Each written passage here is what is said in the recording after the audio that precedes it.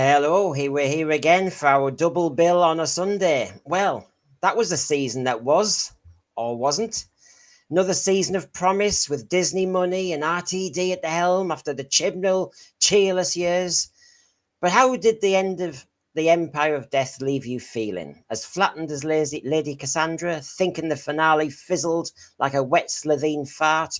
Well, this is our reaction show, followed by our full review tonight when you get our burning issues, scores on our sarcophagus, and ratings watcher. That's 7 p.m. Don't miss it. But for now, this is our fiery, fun, and frank fan reaction show. So let's get firing like the Brigadiers, 5 rounds rapid, and get my Sensorite panelists into orbit on the Sensphere. So let's have a look. Let's say hello to one of our new panelists. And it's good to see him. Let me get him back on the big screen. Hello, Nick. Good to see you, and thanks for coming on. Hello, Brendan. Thank you for having me on. Thank you for allowing me to have a chat this afternoon with you about what we've all just witnessed and some of us maybe wish we hadn't witnessed. Yes, our great therapy is about to start. Definitely. Right. And here we go. Let's now go Southern Hemisphere. Hello, Cybermat. Hello, Brendan. Hello, Nick. Hello to the chat. I'm dying to see if all these smiles last. And we have got Cinnamon. Here he is. Good to see you, Cinnamon. Made it in the end. I don't know what was going on. Sutekh was playing havoc. You were in another time, Eddie. You and Tom. You in the spam section. So. Yeah, you and Tom Baker always have this kind of problem with time eddies. So, Empire of Death review, that's tonight. There's me doing my own version of something on the TARDIS. You will see the scores on the sarcophagus doors tonight. Will this episode beat it, or will it flatten down that lane? But as I said, this is what we're going to discuss. Did Russell T Davies fail to land the Doctor Who finale? Now, I've chucked the word again in. Obviously, that's open to debate from our panel themselves. So, an initial reaction, I suppose, fellas. So, Nick, you get first kind of port of call. How's it left you once it finished?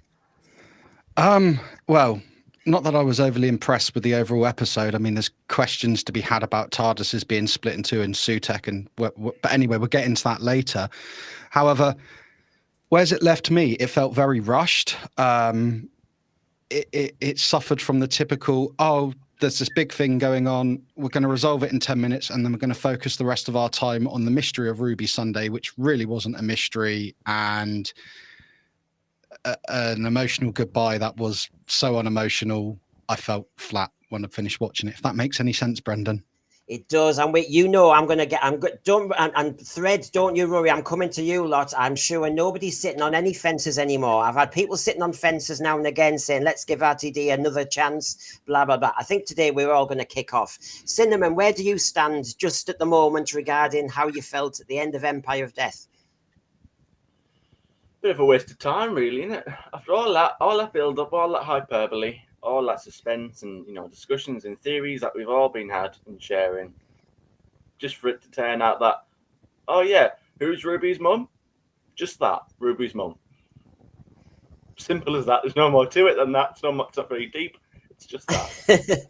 Well, we'll certainly be. Oh, with this, do you know what? I could do this forever. There's so much to talk about. But Cybermat strikes. You get one strike at the moment to give your first hit on the Empire of Death. Oh, look, it's I think everyone's feeling a bit flat. It just didn't stick the landing on the whole. And before we get into anything, I just want to say thank you to Gabriel Wolf for turning up and doing Sutekh, because he was probably the best thing in the episode. And, and we all love Gabriel's performance in terms of playing Sutekh. So I just want to say that from the outset, because I just want to show some gratitude there, because he is so beloved by fans. But this is the problem, and I suppose we'll get into this later regarding Bonnie Lanford coming back as Mel, Sutekh coming back. whether we want anybody brought back with how RTD operates. But we'll get going. First of all, these are our raw reactions, and so I want to just kind of feed the thread and feed the panel with a few of the kind of reviews that are out there already from the press. This is from the Evening Standard. I won't read every little bit, but I'll just give you a kind of snippet so that you and the thread could maybe be feedback on it. So explosive first season at the helm of the TARDIS comes to an end in this sparky, uneven finale. Okay. Last night's killer cliffhanger. We start in the middle of the action. Dusty old death god Sutekh has just rocked up with some ominous skull-faced henchmen in tow. Blah, blah, blah, blah, blah. That just kind of gives you the spiel. I'll get to the main bit. Considering everything that's happened to the TARDIS in the last 900 years or so, this strains the credulity slightly, but let's handwave that name in the plot. Fortunately, there's also excitement in spades, and it goes through, you know, all the chaos in London and all the rest of it. But then, after all the hand-wringing, it turns out her mother is absolutely ordinary. Just a woman from Coventry who wore a hooded cloak to leave her daughter at the steps. She was important because we think she's important. We invest things with significance. So while the whole of creation is turning around her, it made her sheer existence more powerful than Time Lords and gods, Gatwa helpfully explains. So the press in this one has gone for that. And I'll just show you one more and then we'll have a real good go at this. So that one is disappointed about the mother. This is the Independent. Doctor Who fans share hilarious reactions to anticlimactic finale saying, is that it? Well, if the Independent said it, you know something. Yeah. Disappointed is one word that came through. After 7 episodes, several hints were dropped in the final about the identity of Ruby's mother. It states what she was, which I've already just read out. Many have criticised the reveal as being hugely anticlimactic, especially given that past installments have portrayed the mysterious figure as this haunting, hooded figure. And it goes on. So there's 2 press cut-ins that are actually not impressed with the mother element. Not that I'm leading anybody. So, Cybermat, how were you left regarding Ruby's mother? Oh, look, on first watch, I was so taken aback by the quick jump out of the resolution that I hadn't even got past that to actually take Ruby's mum on any sort of emotional level. I was just completely not interested. In fact, something I never do, which is get up and go get a drink or something. I was finding myself itching to get up. I just was that disconnected from the last 10 minutes. On rewatch, I had a little bit more of an opportunity to sort of sink into it, but this was the most unsatisfying reveal ever, I think, in Doctor Who for me. So, Nick? Well, much like Matt said, okay, you found your mum. I mean, Ruby just annoyed me through the episode anyway. I mean, it's like when it's all kicking off round her, she's like, why can't I see her? Why can't I see her? Yeah. Everything's breaking down around you. Perhaps let's not worry about what you're looking at, Ruby, and let's get your backside into gear. But I don't understand. They had such an opportunity here to do something so clever or make Ruby be someone else, or the whole Susan thread, just a waste, just to have, oh, your mum, she was a 15-year-old girl in trouble, she dropped you off. And I mean, I've got lots of points I want to talk about in this, but I don't want to go too into them now because I'm sure we'll get to them. But what an EastEnders-esque boring ending to an episode of Doctor Who.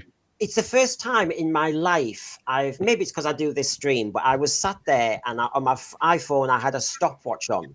So I had a stopwatch for the episode. And after 35 minutes, Sutekh was dealt with. And for the next 15 minutes, it was the soap opera, Ruby's mum, bye-bye, Ruby, go and find your dad and all that stuff. So Nick, as we're talking about with the mother, we might as well, you've said your bit about the way, and I'll come in and see what Cinnamon thinks too. But regarding Ruby's mum, if she's the most powerful thing and Sutekh stopped killing people, because he could have killed people from 75 onwards.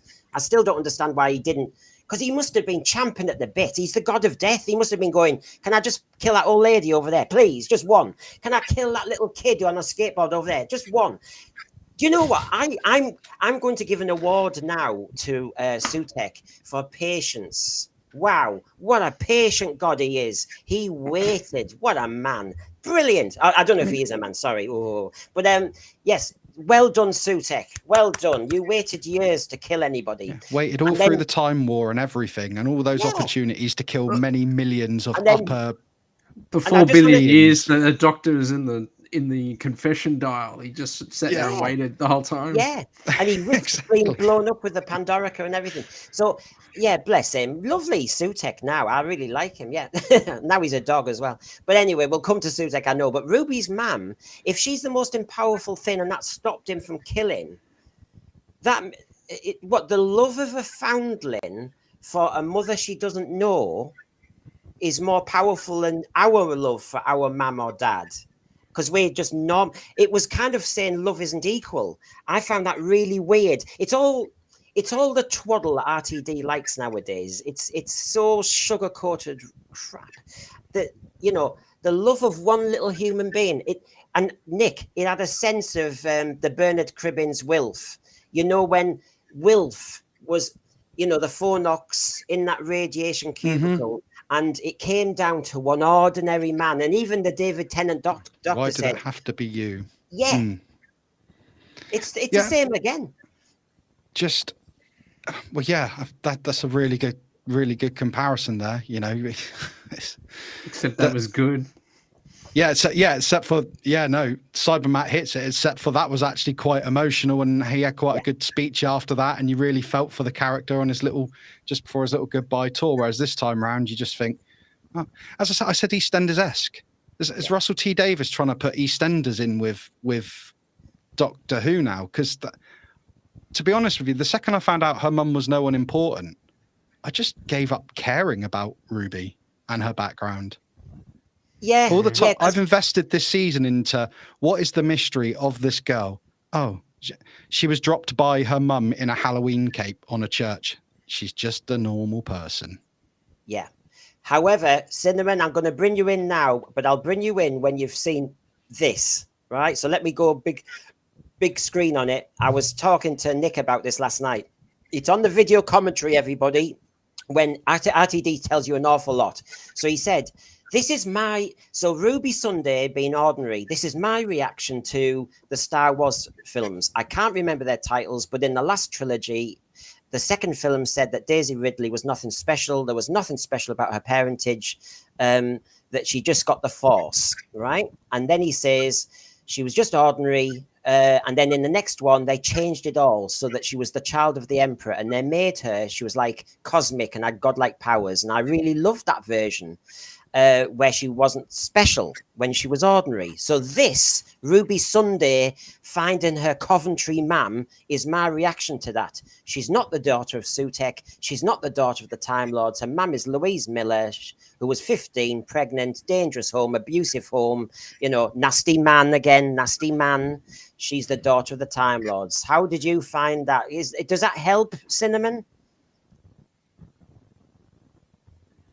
I mean, what can you say of that? I mean, what a pathetic comparison. I mean, it's not even remotely the same.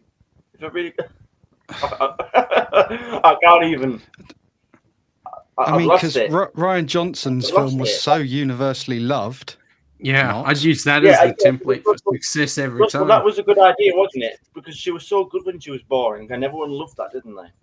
And then they do it, you know, the mismatch of, you know, Ray being, you know, the most powerful, special, you know, gifted child, and everything went her way. You know, when you had other characters in the established lore, like, you know, Anakin, who was powerful but had a, you know, a logical reason, you know, a high midichlorian count and all that, and high lore reasons, whereas she was just excellent at everything all the time, without question, because woman. I mean, that's not even a fair comparison. That is just a complete cop out, and we said it before with. What was it? I can't even remember. It was like, oh, well, we'll leave it to the audience to figure it out in Dot and Bubble.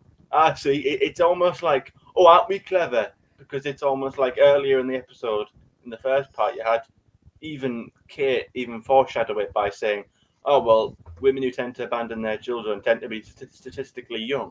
So even then, that's kind of foreshadowing if you look back on it. And then it's almost like he's sort of saying, oh, aren't we clever? Let's pat ourselves on the back because, we talk about, giving it importance, and we're really talking to the audience because you're giving importance to this whole mystery woman. I mean, okay then. So why is this 15-year-old dressed like Emperor Palpatine then, dramatically pointing to the signpost? I mean, if you're a 15-year-old girl from an abusive home with a difficult family situation, why can't we see your face? Well, because the universe says you're important and Sutekh doesn't know, and as if that makes sense. So I'm going to dramatically point, Yeah. as if, like, And again, that was in whatever that movie was when he's pointing dramatically. That's what? going to take 40 years before you can use AI to actually enhance the image. To actually, why was she wearing no sense. Why was she not wearing a Cinnamon seemed to me it was like this. It was like Scooby-Doo when you get the mask coming off at the end and you say, oh, there was a clue. Remember them footprints over there? Well, I've worked it out. Did you notice Shooty just said, we've looked again at the tapes, we've cleaned them up, and you can see her face now and you can see the sign and all. And you go, oh, for God's sake. This is what a load of waffle that was. It is. It's just lazy writing. But I wanted to say one thing because I didn't really know that link with Star Wars. Now I know it. It's spoiled it even more. Because when he brought Doctor Who back in 2005, he said, I want to be like Buffy. He's tried to do a Bridgerton episode. It's a really pathetic comparison. It really is to even remotely. It is, but Cinnamon, the thing is, I'm getting... But he wanted to do Strange New Worlds, Doctor Who. He references all these other programs, and I am a stickler for this. Doctor Who came first. Doctor Who is 61 years old. Doctor Who has its own very special, unique DNA and formula. Why the hell does this program have to copy anybody else? They should be copying us. If we're so blooming good, you'd expect the Star Trek franchise to say, we need to do a Doctor Who type episode. The thing is, Brendan, many have copied Doctor Who over the years, haven't they? Yeah, One of the pioneers is now copying people. Oh, it's a weird cycle, isn't it? Nobody's got original ideas as well. Like how at one point, again, I'm quite a big gamer as well, so I've seen many of franchises. Again, if anyone knows Saints Row, that was kind of like a game that was kind of inspired to be Grand Theft Auto kind of clone. That was a sort of tagline that was thrown at it, and then eventually Grand Theft Auto started copying them. So then it was a weird little thing, and it's like, what is this obsession with copying other people? Because again, when I say this all the time, when Doctor Who came back in 2005, the only agenda there was to make it modern, contemporary, fitting of the times in terms of sort of the social, maybe not reflecting society, but just being modern. You couldn't have had Doctor Who from the sort of, the quirkiness or maybe the campness of the early sort of 70s, 80s. I don't think that would have minded, because then what would be the point in bringing it back? If they want to bring it back with a bang, and they did that, and it was very successful. They went to put staple down. Yeah, Doctor Who isn't just this old silly old little relic of a bygone era that was it was good at one point, and then it sort of dwindled. Oh, and after joke, Pepper Pot Daleks. No, it was back and it made it, and it come back. Well, let's look at this then. So we've mentioned. I mean, I'm going to use some people because I've been looking at tweets. So, LL, Ruby's mother reveal was lackluster, a disappointing result. Mrs. Flood is the highlight, 100% convinced she's the Rani. And so that's what that person said. Now, I just want to go to a certain other person. If I just flick through. There you go, Cybermat Strikes. You might as well explain yourself. This was your tweet after the show. Yeah. I was out here last week saying how much I was looking forward to this, but I just got to the end and thought, nothing deserved any, I'm not going to sit, I don't care about Mrs. Flood. I do not care about any key jangling that's going on anymore. This whole episode to me has just shown up the whole series in terms of how poor it all was. And to be honest, I've watching some of the clips from Unleashed. I believe we've got our own Davros Gate here in terms of Sutekh. The designers that we're talking about, I won't go into that now, but yeah, if you're going to appropriate something, Russell, how about you appropriate something from the last 60 years of Doctor Who, because there's so much. And if I don't know why you picked up Sutekh, because Sutekh, you haven't used anything from Pyramids of Mars. There's so many things in that story that you could elaborate on, play with. People wanted the mummies, didn't they? Absolutely. And you know why we didn't get it? Because he wanted this whole thing to do the cultural appropriation joke. Yeah. Well, and he gave those designers the brief to not make it Egyptian and to make it ancient but not Egyptian. So that's why we don't have anything that resembles. We will look at that in a moment. I will just tidy up this area because the thread is on fire and I just want to bring them in because we've all got an opinion, haven't we? We do. So good to see you, Knave of Spades. Ruby's man being no one nullified the shenanigans of the last episode, The Legend of Ruby Sunday. Well, precisely. And how many times can you take fans down one path and to only realize we were wasting time? It is like Bobby coming out of the shower in Dallas. You can't do it. Doug Sims, good to see you. Also in Australia. I can't help thinking the resolution with Ruby's mum was a hasty rewrite as Millie is leaving the show. Surely it wasn't meant to lead to this. He does say in the video commentary that there's more to come. So that is a possibility, Doug. It is a possibility that but it also makes sense in a kind of soap opera way that I'm not really interested in, that she needs to find her dad and sit down and have a few meals and stuff. And, but that's all soap opera and I'm not really interested. Peter Harrington pointing at a sign so underwhelming. And she was pointing at that sign an awful lot. Rob Fellows, yeah. So sorry for the genuinely talented people that worked behind and in front of the camera this series. I agree. When you watch on agree. Yeah.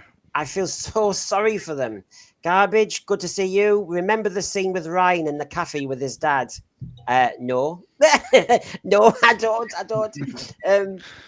I struggle with the Alyssa. I'll just tidy up a few more with the thread because we're going to talk about Sutekh next. Yes, Sutekh, because Cybermat, you can see he's wanting to rock and roll with it.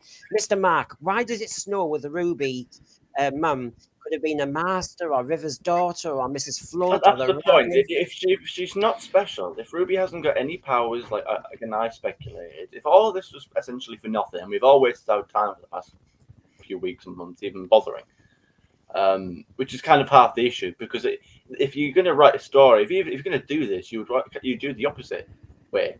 You'd start off, thinking she had a normal mother, and then it reveal that she'd actually something more, not the other way around. Yeah. Doing it, building it, and then just for nothing. To one of the comments there, and you said, Brendan, about there may be more to come. Well, if you were writing well, we would all be sat here going, I'm really excited for what's to come. Not, what was that? There's maybe there is more to come, but you left such a disappointing and sour taste in my mouth and many other people's mouth. Do we care if there's more to come at this point? Because is it just going to be as equally disappointing? And are you just going to trample over another classic Who villain to crack a joke or make a point?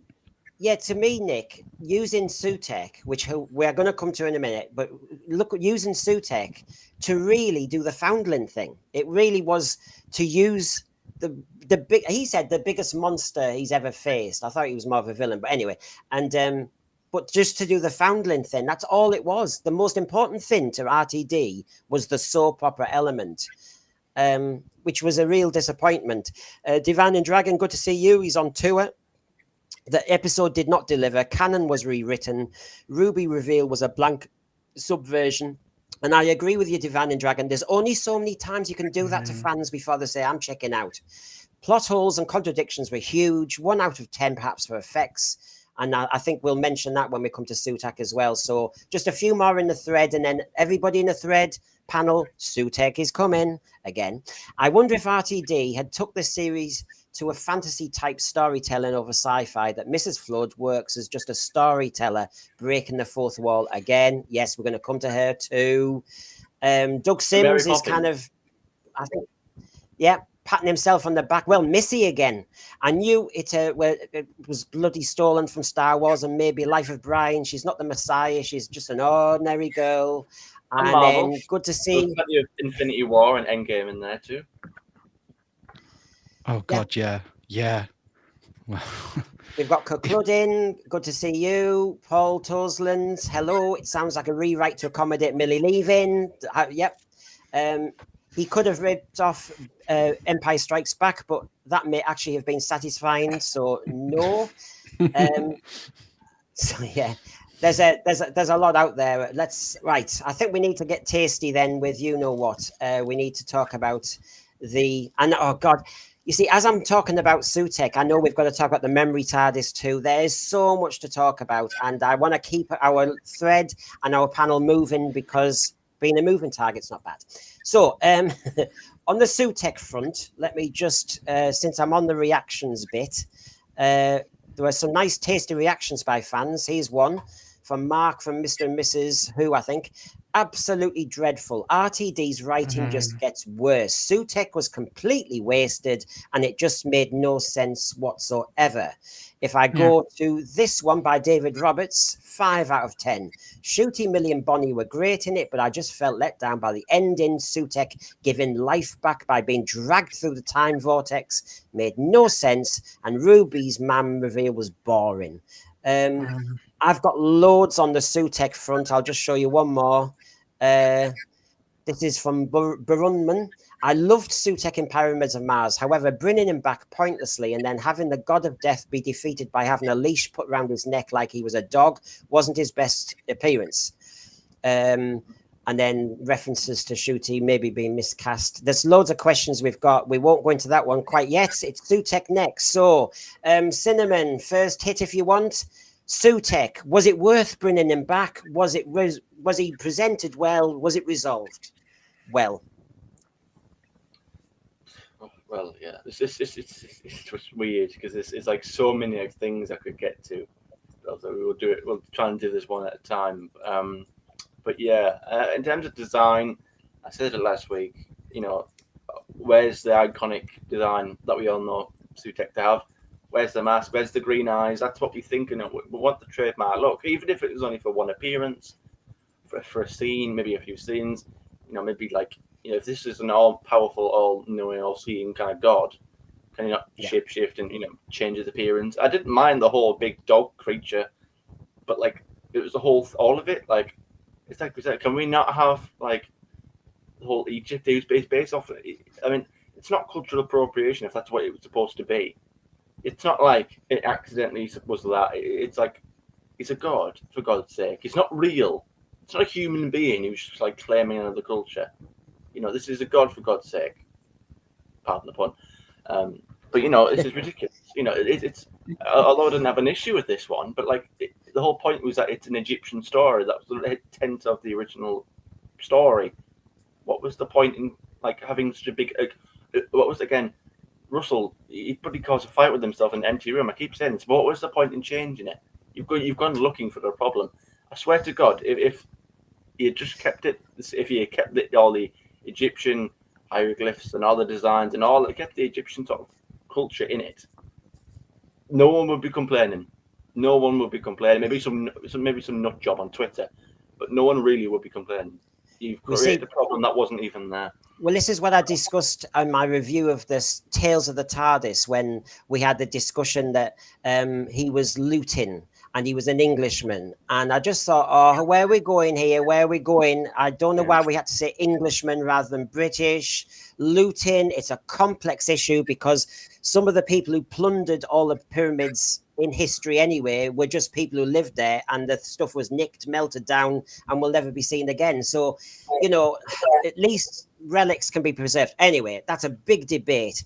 But this debate is going to kick off with you and the fans in the thread, because this is what he said in the video commentary about why he had Sutekh wrapped around the TARDIS. So here we go.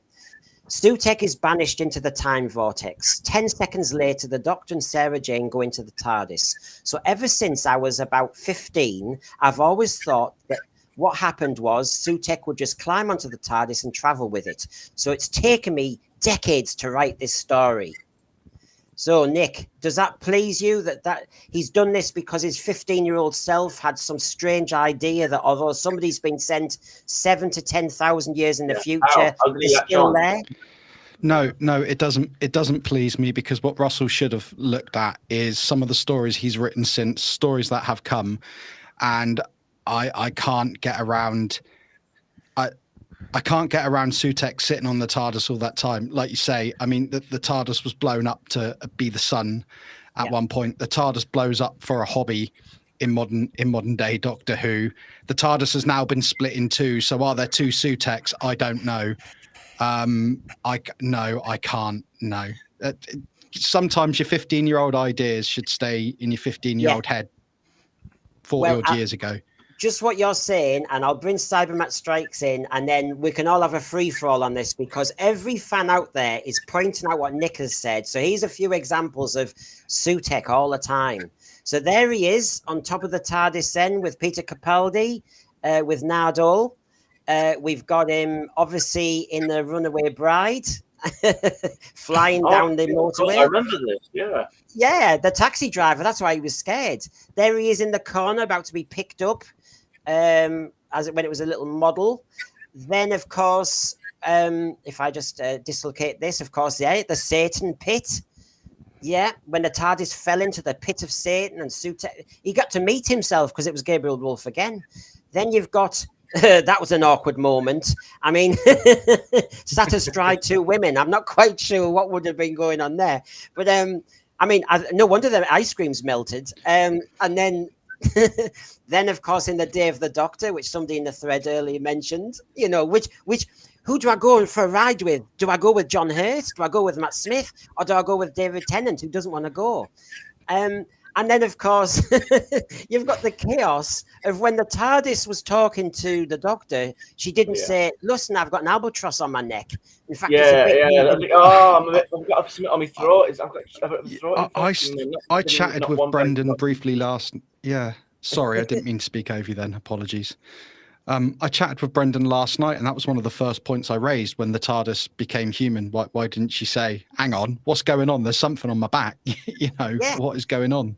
Bit of indigestion, something like that. I mean, Captain Jack might have liked it, because that's the picture there. Captain Jack held on to the TARDIS, didn't he? But he was holding on to Sutekh, and hopefully he was holding on to the right part. So basically, this is crazy. By the way, Sutekh, as you know, died in the vortex. In the end, he burnt up. How come Captain Jack didn't burn up? God, and how come Sutekh didn't burn up all those TARDIS journeys before? Is it because he lost his lead? And what was stopping him from coming back any of the previous times? And why couldn't you kill the Doctor then? The whole point of why I couldn't kill the Doctor now is because, there's a mystery 15-year-old. You know, look at my T-shirt. What? There he is. That's Ruby's mother, hidden in a cloak. There you go.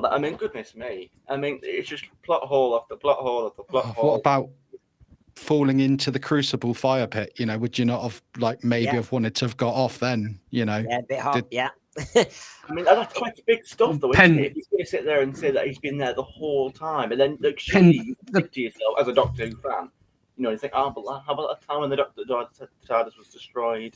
Yeah, but what about that time when that happened? You track back and think, well, would this work with this? It's quite extreme to say that it's been there. The Pandorica opens, Big Bang, destroyed the whole universe. Exploded it. Big Bang number 2. It's all like Nick said. As soon as it was revealed, it was just, who's Ruby's mother? Just that Ruby's mother.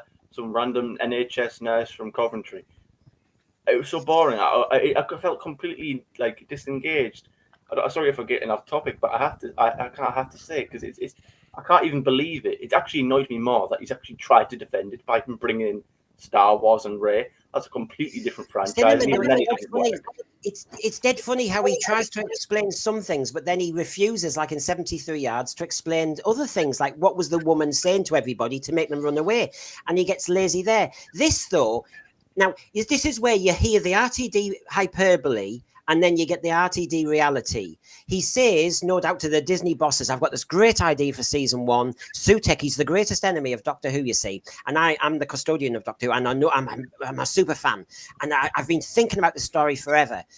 This story, if it's taken him 50 years in the back of his head, it's badly written because there are plot holes all over the shop. Sutekh should have burnt up like then, when he's on the motorway, when he's going through the vortex. How What come about Captain when Jack... the Dream Lord, did the Dream Lord not notice that something was funny, you know, when the TARDIS, you know, possibly... Yeah. Because they were both real. That was the point, wasn't it? That revealed that both dreams were real. So they were going to... Or they were both reaching to fake or something. Or something like that. What did he do on Trenzalore? He could have gone into the Ice Sun. Again, like you say, Trenzalore.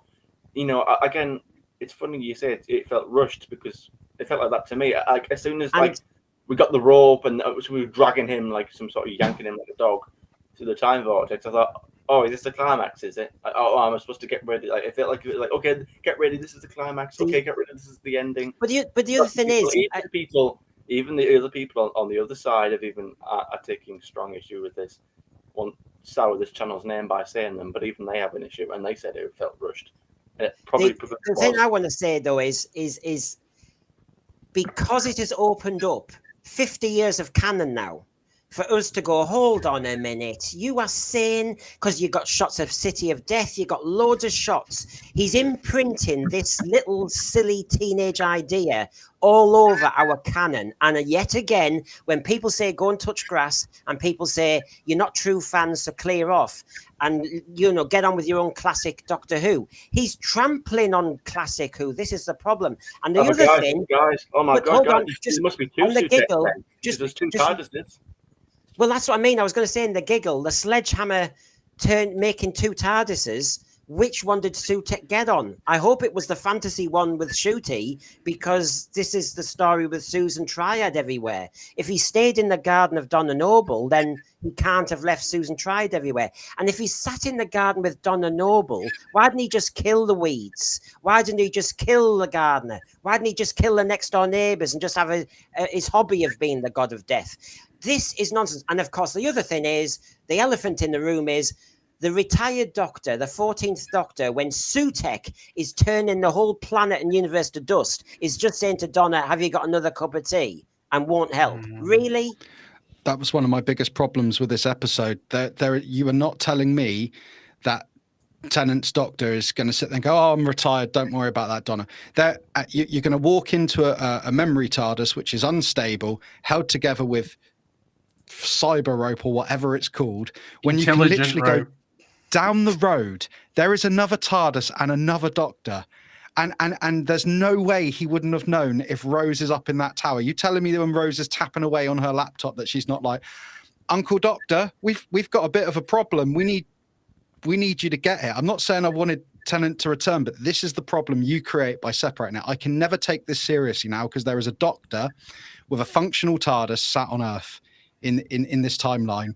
So when any event kicks off like this, whenever the world is going to crap, you expect me to believe that Doctor is going to sit there and let that? No way. No way. As if he's like, oh well, I've done my time. It's it's his show now. Like, oh, I could help. I could make it like a massive difference. And Cinnamon, he had a spare TARDIS. Lives could be saved if I just bothered to get off my arse. But no, he's the Doctor now. It's all about him. It's just really.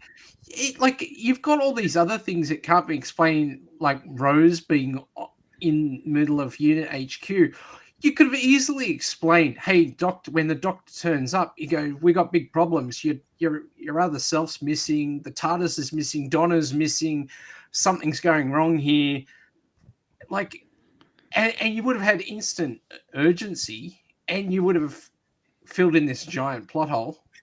And we may never have known what happened to them, but we could have all just been assuming that Sutekh got them. It's just, I just think it was a big mishit using Sutekh. Sutekh being CGI'd and bigger. Remember, he decided to make him bigger because sitting on the TARDIS made him grow. I mean, honestly, all this hocus pocus, timey-wimey nonsense. And so to make him bigger and make him therefore more powerful, and yet all he does is just hug the TARDIS.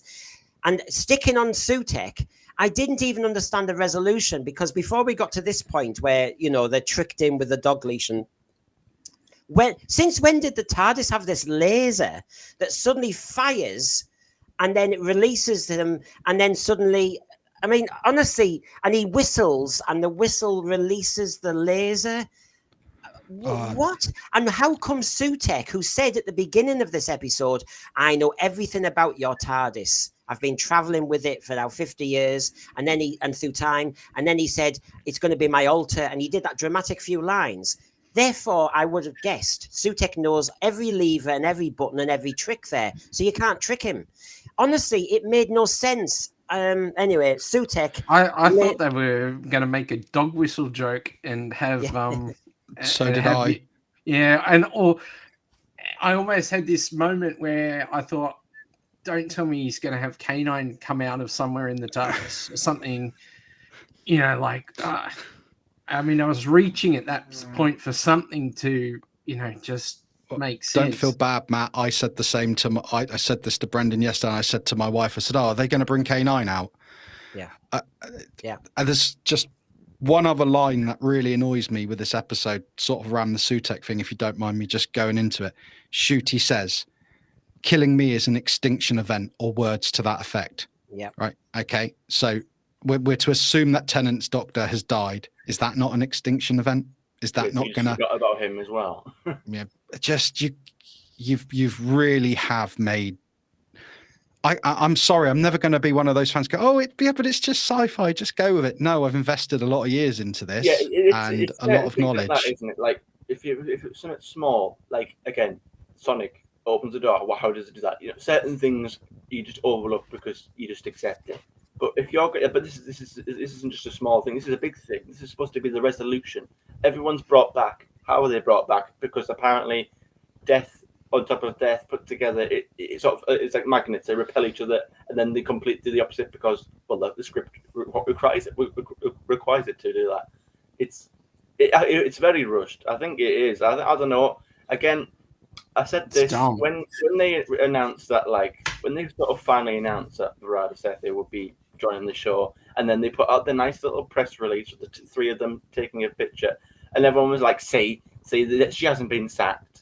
But we still don't quite know, because it was the way it was worded as well. It said that they would be on the same season together, but the rumor was that Millie would be in the sort of first 3 episodes, so she's still there to tie up her arc. That was the rumor. Whereas Verada could have came in for the second part of the season to fill in for the rest. Then that way, if you word it a certain way, and it's like that could happen.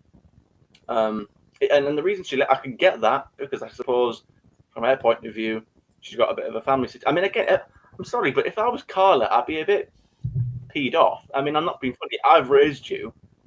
You've quite randomly and quite quickly accepted this woman and now love her, and now you've brought her back into the family home, and now we're all living with this random woman you've known for 5 seconds.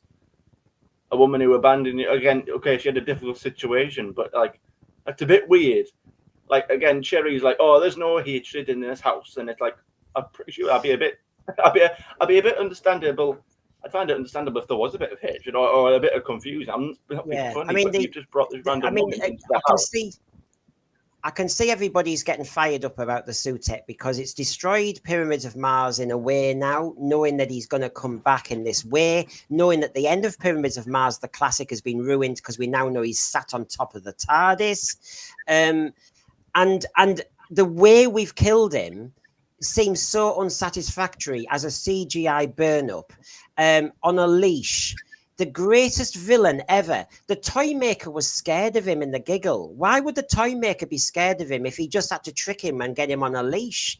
I don't get it. It doesn't deliver on the menace of Sutekh, who can turn you into a termite, who could read. The other thing is, when Ruby Sunday has that strange, she has the name of a man in that silly TV screen. In Pyramids of Mars, Sutekh could read the Fourth Doctor's mind. And so he knew he was a Gallifreyan. He knew he was from Casterbarus. He knew all that already. And the doctor said, if you know all this, oh my God. But that Sutekh did not know she's going to trick him and drop, I mean, so many loopholes because we're Doctor Who fans. And I really did believe RTD was too. But it seems he's blind at some point to, if I do that, it wrecks all of that. And I have to say, the other thing is, if you're going to do something as fundamental as change the last 50 years of Doctor Who, spend a bit more time just checking on some of the loopholes. You'll never get rid of them all, I agree. But try and make sure it can land a little bit better. Other than that, people could accuse you of being lazy and vandalizing it. I think for me, when I was a kid at school, I remember writing a story. This goes back to what Russell T Davies said about I came up with this idea when I was 15. And it was a crazy story where I was in a hot air balloon and it was crashing. And at the last minute, I jumped out of the basket and was magically okay. And that's a terrible idea. And that kind of reminds me of Russell T here with, he jumped on the TARDIS. That's what happened. Yeah. And that's what I was saying earlier. Maybe some of your child thoughts are best left preserved in your memory of childhood. And he's an expert, Nick. He's an expert on Doctor Who. He is a super fan, like we all are. Did he shrink in Legopolis? What happened in Frontiers? I've shown some of the flatline. Yeah, the TARDIS was broken up in Frontiers. People straight away, within seconds, he needed dialogue to explain this because he must have known that every fan was going to go, hold on a minute. That doesn't work. Sutekh would have loved it when the TARDIS was an organ in Attack of the Cybermen. And it's a good job they didn't play the Devil's Chord, isn't it? Otherwise, you'd have had who arrive. So, yes, it's not sat well. I didn't think it would sit well, of course. I'm not stupid. So, what should we go for next? The Memory TARDIS that is now called the Remember TARDIS, which is now, he said he made it for this show, and then they did Tales of the TARDIS. So, all of a sudden, they just loved the set so much that they had to use it again and again. So, right, lads, Cybermat Strikes, your thoughts on the use of, it's kind of twisted into canon now, and do you understand it? And is it just a no more timey-wimey stupidity?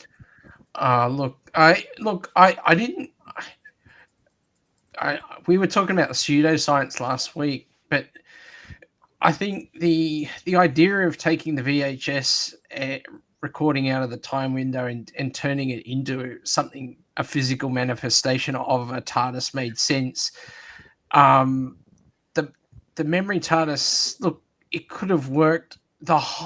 Just that whole scene of them tying string and intelligent string, and it just killed me. It was so not Doctor Who. I mean, could you imagine Capaldi or Tom Baker in that Memory TARDIS? They could have made that really believable, and that was just murdered, that scene, in terms of how it was realized. It was not satisfying at all.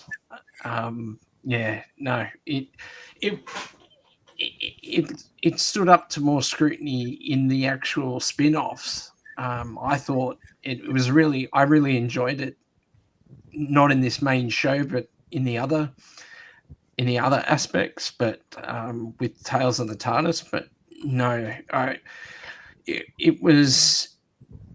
it really didn't work for me. To be honest, that CRT screen that they kept running around with drove me nuts. It's like you dismembered a CRT screen. You can literally see that half the tube has been hacked off the back. Yeah. And it's just all, again, the pseudoscience, you can do a lot, but you have to make it make sense. You've got to make it land. Now, this is his explanation in the video commentary. Earlier on, oh God, yes, this is, you see, because they've cut scenes as well, so it's made it worse. Earlier on, when the Doctor gets the whistle, as in the Memory TARDIS, he looks up quite significantly, doesn't he? Because then when he arrives here, which is in his TARDIS, when he faces Sutekh, he's got it. He takes the whistle and he goes to a little floor compartment in the TARDIS and he throws it and he drops it down into the Remember TARDIS where the Doctor's waiting for it. So he created the whistle for himself and passed the whistle to his younger self. Now, that makes all the sense, doesn't it? That basically he was going to do a scene where I'm above you, Cybermat, so I drop the whistle down, and you in the memory TARDIS pick it up. And the memory TARDIS is just a memory. It's not even real, is it? How can you fly a memory? Please tell me.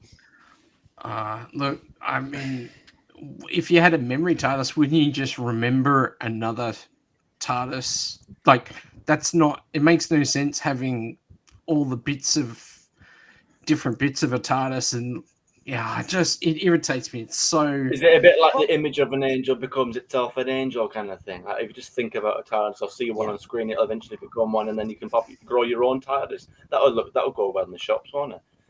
It's just, I mean, I saw someone in the chat saying, "Oh, well, the typical basically criticizing us, saying that we're overthinking it." This isn't overthinking; it's just blatantly pointing out simple and obvious plot errors. No, well, let's put him up, Cinnamon, because let's put him up for a second. I'll come back to you, Cinnamon. Right, let's get things right. We are going through the full show, giving our reactions on the main topics. All I say to the lads is, what do you think of how Sutekh was dealt with? I think, I'll be honest with you, and I don't like echo chambers, but the way Sutekh was dealt with, I think most fans, and I've shown you tweets and everything, are not happy. It wasn't Sutekh, it was a CGI dog. I've watched heaps of people that normally are going, "Oh, there's middle-aged white guys that hate this new era." You know, even they were coming out of middle-aged. Sorry, Cinnamon. No, but I was going to say I'm not that old, Matt. Well, I don't regard myself as old either. But at the end of the day, if you had as many years invested in a show, you'd actually want it to be good. And if your frame of reference is the last 5 years, then you haven't seen good Who, as far as I'm concerned. So the thing is, let's be truthful. Right, you've given me the showrunner role in Doctor Who, and I am a Doctor Who fan.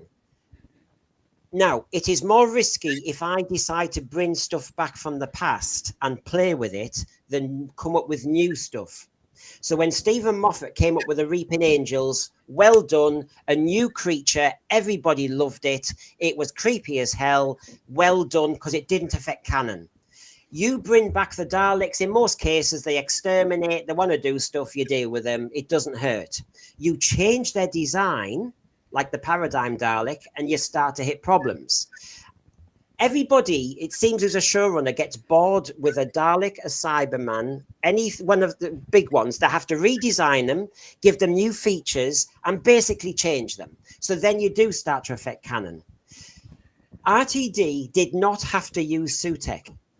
Now, if you're going to use Sutekh, you are a fan, and you know the fans are going to be onto it. Now, if you don't like that in the thread that who said that we're just critiquing Solitary Man in Black, we're critiquing, pointing out that he being the super fan, and he said he's the custodian of Doctor Who because Disney are strangers and don't understand it. Listen to my language. He said Disney does not understand Doctor Who. We are saying we understand Doctor Who, and he's ballsed it up. If you call that criticism, we're just doing what he thinks Disney were going to do.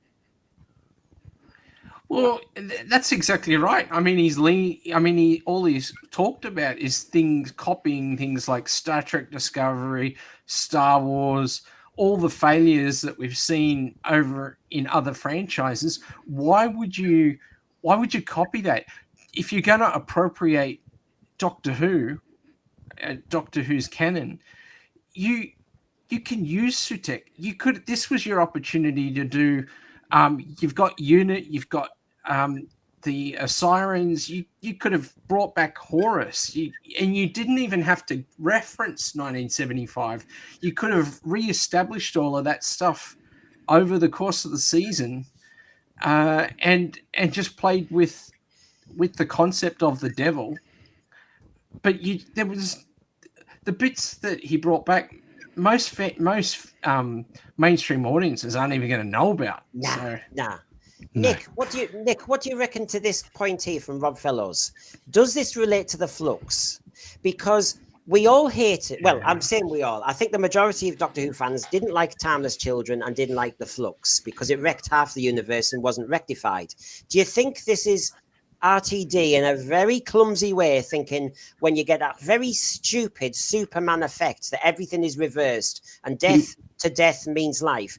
Do you think this, as Rob Fellows seems to be hinting at, is to heal the flux damage? I don't know if RTD's thought into it that deeply, to be honest. And I just want to say as well, just because I have an opinion on something or I'm unhappy with something, with a show or a franchise I love, doesn't mean I'm anti anything. I'm allowed an opinion, as we all are. Yeah. No, I don't. I think it's probably more accidental, Brendan, to be honest with you. I don't really put this as, if it was going to be that, then why not put some dialogue in there to sort of more coherently link it together rather than, and the other problem I guess I have is, if I'm honest, I've only ever watched Flux once. I only ever watched any of Jodie's episodes once. Yeah. So my memory on it is not as good as it could be, if I'm honest. But oh God, look at I this. think it's probably more accidental. Look at that. This is why I love fans. We all, Raymond Williams, good to see you, says the Time Lords never detected Sutekh in The Deadly Assassin. The Black and White Guardians never detected his presence. Wow. Yeah, that's just my point. Like, again, what I was saying earlier. Like, if this is your idea, again, surely as a fan you would sit there and think, yeah, but does this make sense? Because if that was the case, then wouldn't the Time Lords notice in this one, that one, again, the TARDIS being destroyed, blown up, in the Pandorica. No, is that still? No, it doesn't make sense. But it's my idea. I'm right. No, everyone else is wrong. I'm still going to go with it. And Cinnamon, remember the Black Guardian trilogy with the Eternals, and the Eternals, their mind went into the TARDIS where Tegan still was, and so that Eternal didn't see Sutekh sat on the top of the TARDIS where Tegan was, and wow, and of course Sutekh was going to stay sat on the TARDIS in the Death Zone when the Cybermen were going to blow up the TARDIS. And another point, for those who, again, that they trot out the same lines, like, if you don't like it, don't watch it. Well, if you don't like Davros and the way he looks, if you don't like Sutekh and the way he looks, don't watch it then. That's what Sutekh is. I'm going to watch it to the bitter end. People have pointed it out in the chat for me, just sort of telling me, the Egyptians believed in the Osirians, if I'm getting that correct, is what people are saying. So it makes sense. Because of course it makes sense, because people back in the 70s were actually competent writers. But, it's not like it's just cultural appropriation, because that's what he's supposed to be. It fits. That's the whole point. That is the character. If you don't like it, go away. I don't know what they're teaching in school anymore, but ancient stories, they bother these people so much. Don't associate with the show then. Can I just say, because I did get messages the other day at the end of one of my shows when I was doing on my own, and I never got to respond. Beeman, what you're saying there, any chance he may join you guys, can you tell him just to email me on the Sensefria Gmail, right? Because I sent a message last time and I don't think you saw it. Yeah. I mean, obviously, I'm open to saying hi to everyone. I mean, it gives me a moment, Nick. Can you give a shout out to your channel, by the way, because you obviously have yours? Oh, yeah. So my channel is called The Action Popcast. It was formerly Action Pop Dad, but everyone in my little community just calls me APD now. We primarily do podcasts. We do one called The Action Popcast, which is general podcasts mainly on 90s sort of nostalgia. And I have another show called Live and Moderately Entertaining that I do with a friend of mine called Monkey Boy from Monkey Boy's Toys. And that is just an hour and a half of randomness. We've covered subjects such as crisps, gladiators, and last week was sharks. So anything and everything can be thrown into the mix. So if you'd like to come over and see what sort of randomness we produce, you are more than welcome. So yeah, thanks for giving me the plug there, Brendan. Yeah. We discussed cheese and onion. Yeah. So Beeman, please get back, because I've got a Gmail account. Cinnamon, you've got a channel. Do you want to give it a shout out? Well, it's a little bit dead at the minute, but I have said that I'm going to plan on to do a proper sort of deep dive, because I could do reviews like everyone does and rush and be the first person to get the review out. But I thought, well, I'll take my time. I'll wait until the full season's out, and then in retrospect, give it plenty of time, and then give out my detailed view on each episode. So that will be coming at some point under the same name there, Cinnamon Toast Crunch, whenever I get a spare moment. Well, while we're just having that little kind of moments, let me just say, gosh, I know how things are going.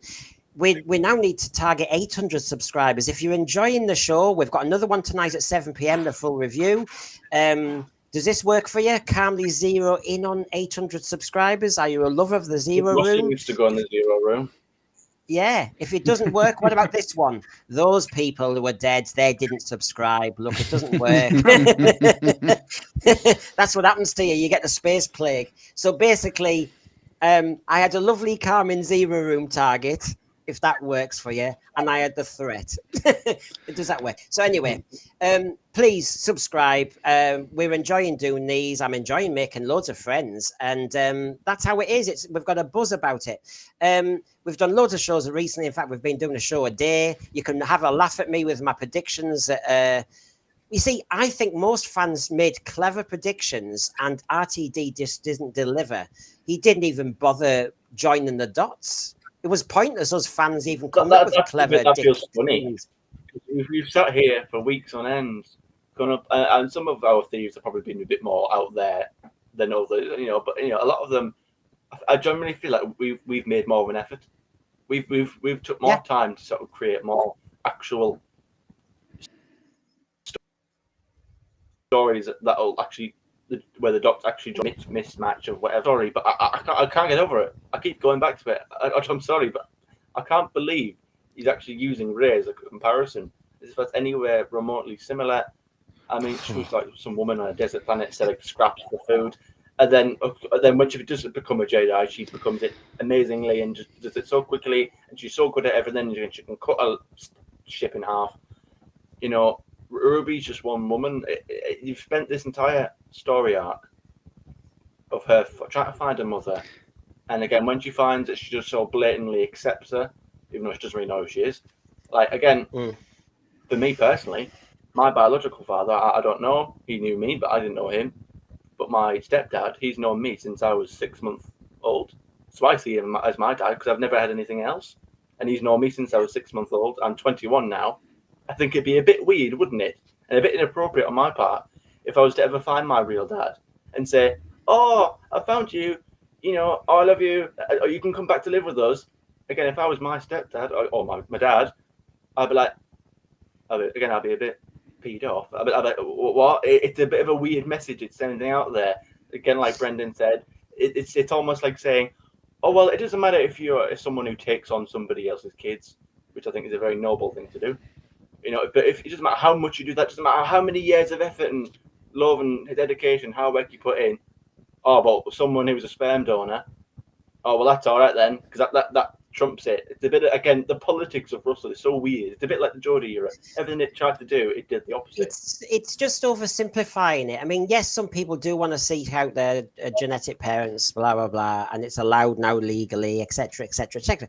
But the thing is, it's not always a win-win. It doesn't always work, and it can be open to. It's a major. I think it's a massive emotional minefield, and good old Doctor Who could have just referenced that it's not straightforward. But anyway, why are we doing soap opera?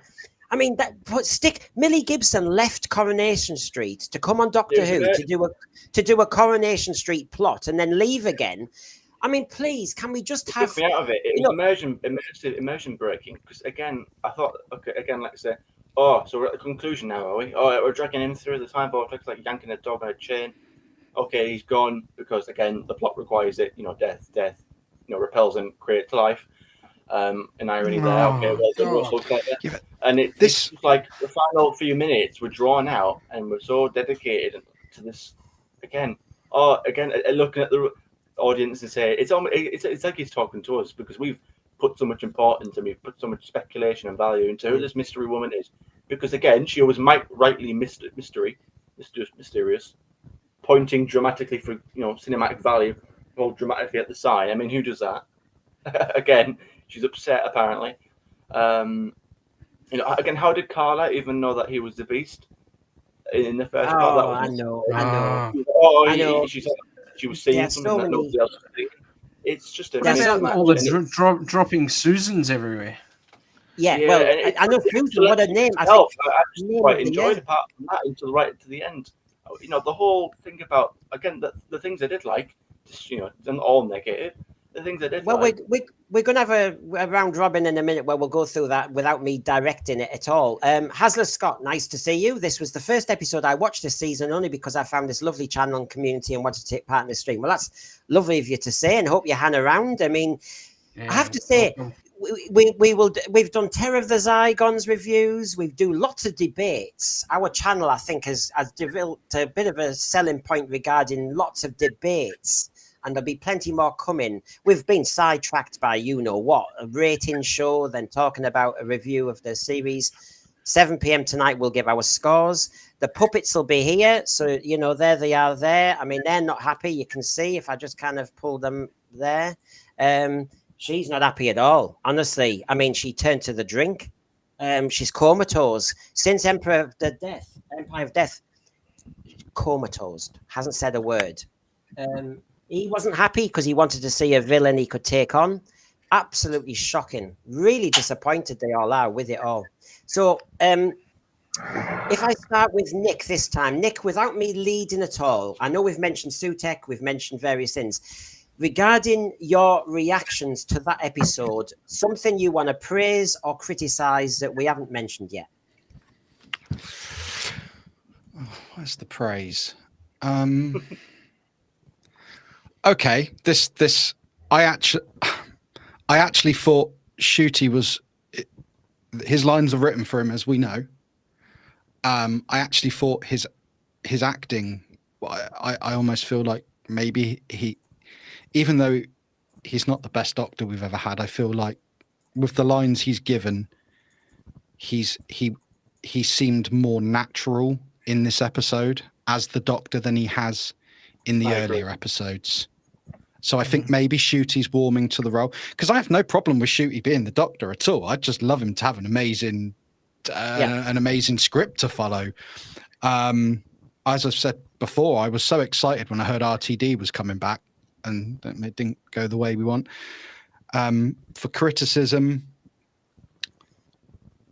just so many Disney Marvel things. I mean, I know we've seen it before, but they're essentially in Stark Tower now. We've basically got Sutekh being a version of Thanos. I know we mentioned this earlier, but just Doctor Who's got a rich history. You've dived into to an old beloved character from an old beloved story. Spend a bit more time thinking about things before you just go in with both feet and think you can just change canon. Because I know some people will say, we just hate everything, we don't like it. Believe you me, if we want to go back through every series of modern Who, I will find faults. I can tell you faults. Brendan knows that. I spoke to him. There are Matt Smith is hands down my favorite modern Doctor, but if you want faults through his seasons, I can give you faults. And Nick, the classics, I suppose I'm a stickler perfectionist. I can really enjoy. So Pyramids of Mars was on this week again. Unless you imagine it was the full 4 episodes. It is a classic. I think it's well written, well executed, good acting, good monster, blah, blah, blah. But if I'm reviewing it, and because I like to be objective, I will say that there's a bit of flab in episode 4. And to be honest, Sarah mentioned the City of Exelons, and it was a bit of a copy. And to be honest, that was a bit of a filler. The rest of the story is brilliant. But I would say that. I can still say it's a phenomenally good Doctor Who story, but that isn't perfect. There's always a balancing act, isn't there? You can forgive certain sins of a show and certain things you don't like if the overall makes up for it. If there's lots of good, you can forgive some of the bad. But the problem is when the bad tends to be what you're seeing more of, then unfortunately it makes you miss some of the good. So you've got to strike that balance. There's a difference between taking the rough with the smooth and it just being a complete train wreck of a story. Yeah, you've summed it up better than I was trying to say. Yeah, that's basically where I was going at with that. Yeah. Well, can I just say as a point, because it's come up in the thread, and I'm flashing them up, but I might as well reference this. I don't know what you four, I'm talking to myself here as well. What you have heard about this, because people are talking about empty cinema seats. People are saying, I heard people left the cinemas depressed. Well, I did go to the cinema.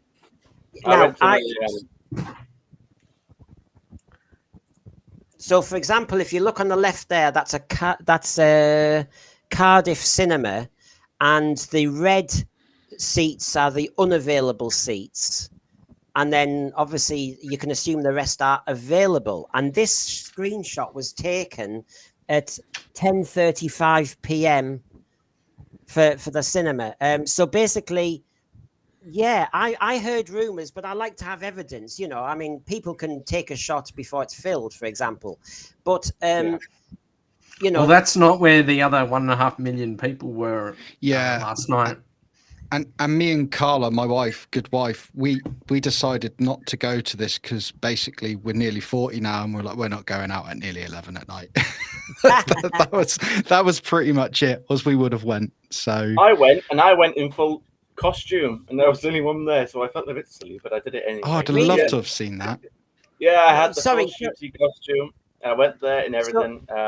Was that Teesside Park? Which shooty Which costume? The cowboy. Cinema SeaWorld wasn't showing it. I have I have an unlimited card for Cineworld, but yeah, they had it at Showcase, so I went to Showcase. It was fairly full. If I'm being honest, I'm not going to come in and spin a lot. I thought there was plenty of people there.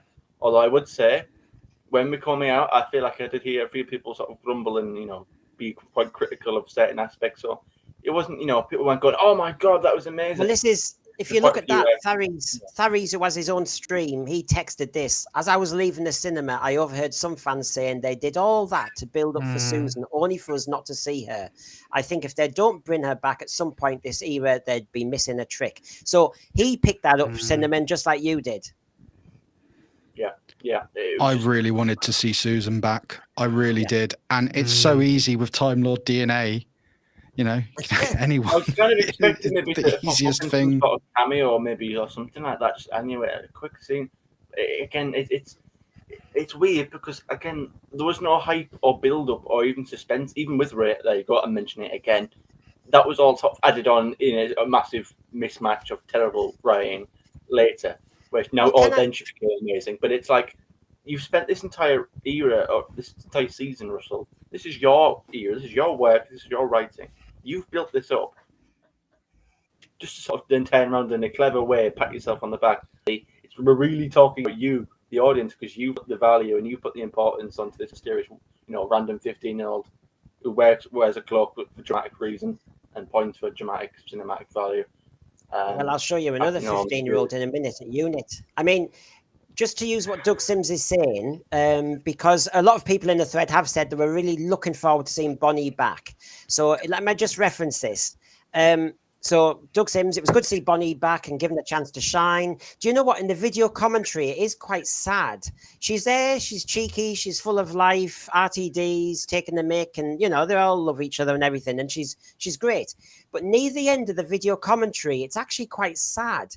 She actually says, "Thank you for bringing me back because it's given me a chance to right the wrongs." She said, "I really felt as though I didn't give." I feel as though she's critiquing herself from the first era, and RTD said, "Oh, don't do that. Don't do that." But she welled up. So Bonnie Lanford obviously really is pleased that she's back. She's pleased that she can show her full acting potential. She nailed it. Yeah, the only snag is Cybermat Strikes is we were talking about the shooty doctor. This, right, if you look at the two parts, Mel was the boss. She told him off when he punched the wall because he had a paddy because he'd made a mistake. Stop grizzling and fix it. Yeah. Then he stood on the stairs while she's checking on Susan Triad. And then she says, "Doctor, there's something going on here," while he's kind of paralyzed with indecision. Then when Sutekh is going to just kill everybody, he's, remember, stood there and she's, come on. So basically she hurries him on. She's the one who's got the Vesper, not him. Without her, he'd be dead. And all the way through, it seems to be he needs other people. He's quite, as a character, he's indecisive. But she was great, absolutely great. Well, Yeah, you've just someone. described. I like his doctor. Again, I've actually been probably the most complimentary of him. I think this is Shooty's best performance. I don't think it's his best story. I think Boom is still better. I think episode 7 was up there, and ultimately episode 7 and 8 they go together. You know, it's the same story, and ultimately the second part does let it down. But you know, even in that story in Boom, you see, even at the end, you know, he was rambling on to an unconscious Ruby on the floor. He seems to be the sort of person that seems to bounce off people, or he needs to bounce off people. If he's on his own, he just seems to sort of struggle, and that's fine if that's just his doctor. But it's just, you know, again, it feels like he's not been quite the sort of the strong central lead that he could have been. A lot of the time, it's either Ruby sort of taking the lead, or again Mel. I mean, look at that; she's the one driving. I would prefer if it was him, really. Have a more of an action scene with the doctor, like, you know what I mean? Just the little things. I think this is why I said in the comments section of one of your other shows, Brendan, that I don't see Shooty as the doctor, and I could have worded it better, but what I meant was I don't have the writing is for me solely responsible for that, and I don't want Shooty to go down in history as a bad doctor, because I think as an actor, as a person playing him, he has every bit of chops he needs to portray an awesome doctor. But I said to you last night when we were chatting on the phone about Mel, I said, I love Mel, but I really, exactly what you said, I don't like that this doctor needs to be kicked up the arse to get moving. This is the doctor. Come on, you take the lead. You are the however many 1,000-year-old, how many with the timeless child, I don't know now, but you know, you're this upper being with insane intelligence. You're a force to be reckoned with. A 59-year-old woman shouldn't be saying stop grizzling and fix it. Yeah. You need to lead with confidence, and you need to. The doctor almost needs that little bit of arrogance. You know, needs that swagger, because that's part of the. You see, Nick, you believe in the doctor. You see, Nick, I think this is where RT's got it wrong. He keeps saying, oh, the classic doctors were always pompous. And because of that, because of his decision, he's taken them into a different direction where they don't even dominate a room. Obviously, I'm a former English teacher, so you know I'm going to be all over this from the thread like a rash. Tane Pukenga, I think. It was both funny and sad that my 14-year-old kept pointing stuff her high school English class taught was bad writing. She did a whole tirade on winning by dragging the god dog with his time car. Well done to your 14-year-old. I'm chuffed to death to hear that, because they are well taught English, not just by me, but by loads of English teachers. And I tell you what, they know their stuff. And I tell you what, it is shocking that kids who are just doing normal bog standard lessons across the world could do a better job, because they would try their hardest, because they know the structure of text. They know all the structures. I mean, Cinnamon, you were only at school a few years ago. We've talked about English before. You'll have been taught all the different ways of writing a story, wouldn't you? Yeah, you know, exactly. You know, you can't just say this happened because it happened and like accept it because I said so. You know, you've got, again, you know, why, when, where, how, you know, all these important questions, back it up. Like, show you working out kind of thing. You know, how have you come to that conclusion? How have you got there? How does it make sense? Yeah, but does it fit in the narrative? Does it fit? Does everything nice and neatly, you know, go, you know, joins towards it? Like you said there, and I said earlier, we've all come up. They should be thanking us. We've given them the material, if anything. We've all been making a better effort. We've come up with more sound theories, haven't we? I'm sorry, but like, I can't even like fathom it, because I'm so disappointed. Because the episode 7, it really built it up. This could have been actually one of the best sort of story arcs that Russell's done. His story arcs in the past have always been a little bit controversial in the sense that, you know, he builds them up really well, but the delivery on the second and the finale isn't always quite as strong for some people. But they had something really good here, and for the 60-70% of this episode, I liked it. I loved the whole. Again, I know people have an issue with them crying, but I think if there was ever a time that the Doctor would ever cry or scream in anger, I think it would be if he thought he actually destroyed the universe. It's just, it's always a silent. Sutekh. He let's comes talk on all about the these different crying. places. He's supposed Let's Sorry. talk about, hold on. Let's talk about the crying for a moment, because I know we mention it a lot. Streams mention it a lot. I think now it's the end of the season. We need to say what we really think. The only crying I've seen of Shooty's Doctor a lot is a silent tear. So there's different types of crying. So is it kind of just a quiet sadness of what he's seeing, a kind of frustration, an inner turmoil? Is it what do you think RTD is going for? I mean, and I do think it's fine to show people crying. If you do it too much, you wreck the effect, of course. And I think it's important for kids to know that crying is an acceptable part of how things are responded to. But the Shooty Doctor is always just doing a silent tear. What do you think Cybermat strikes? We've had a season now. He does cry. There must be method to this madness. I just think the silent tear, what's that supposed to get across? It's not that he's struggling.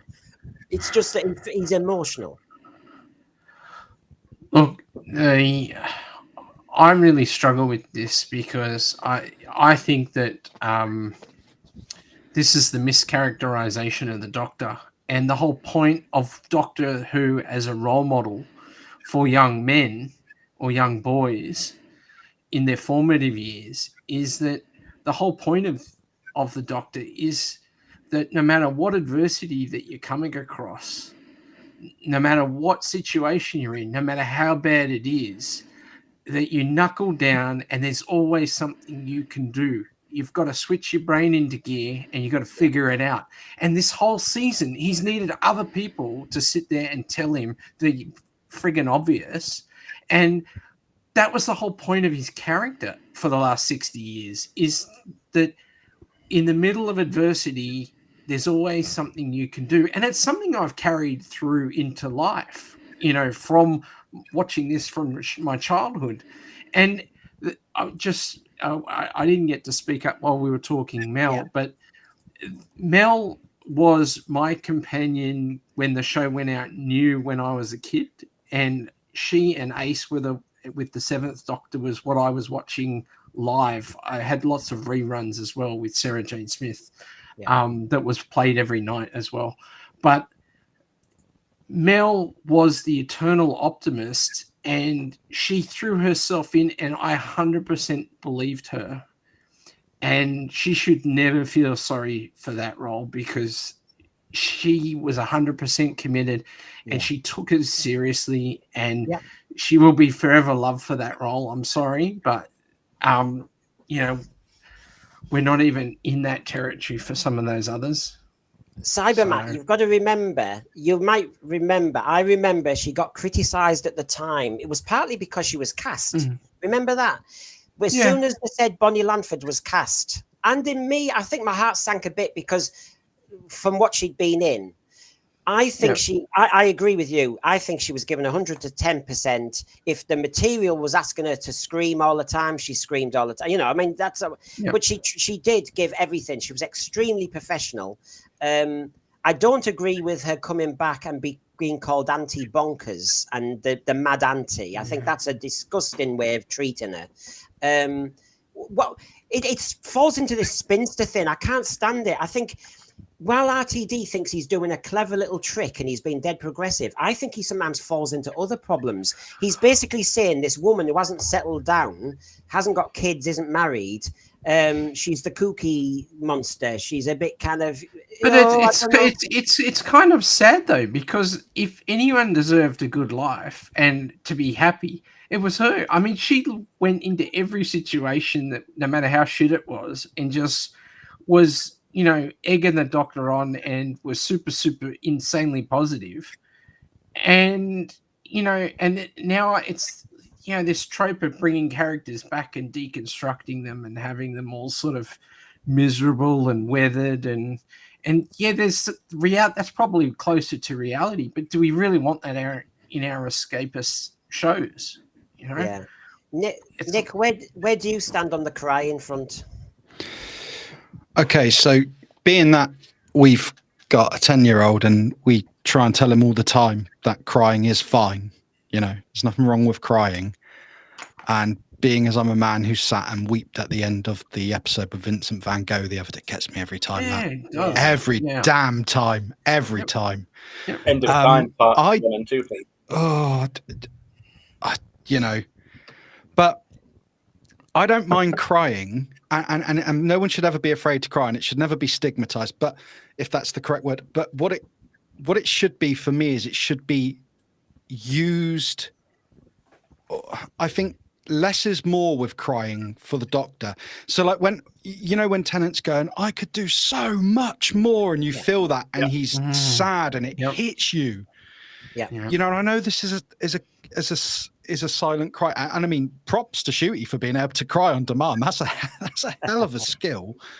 But maybe it's something Shooty's adding. Maybe it's something that he's told to do. I don't know. Well, there's an how do I interesting feel about bit. it?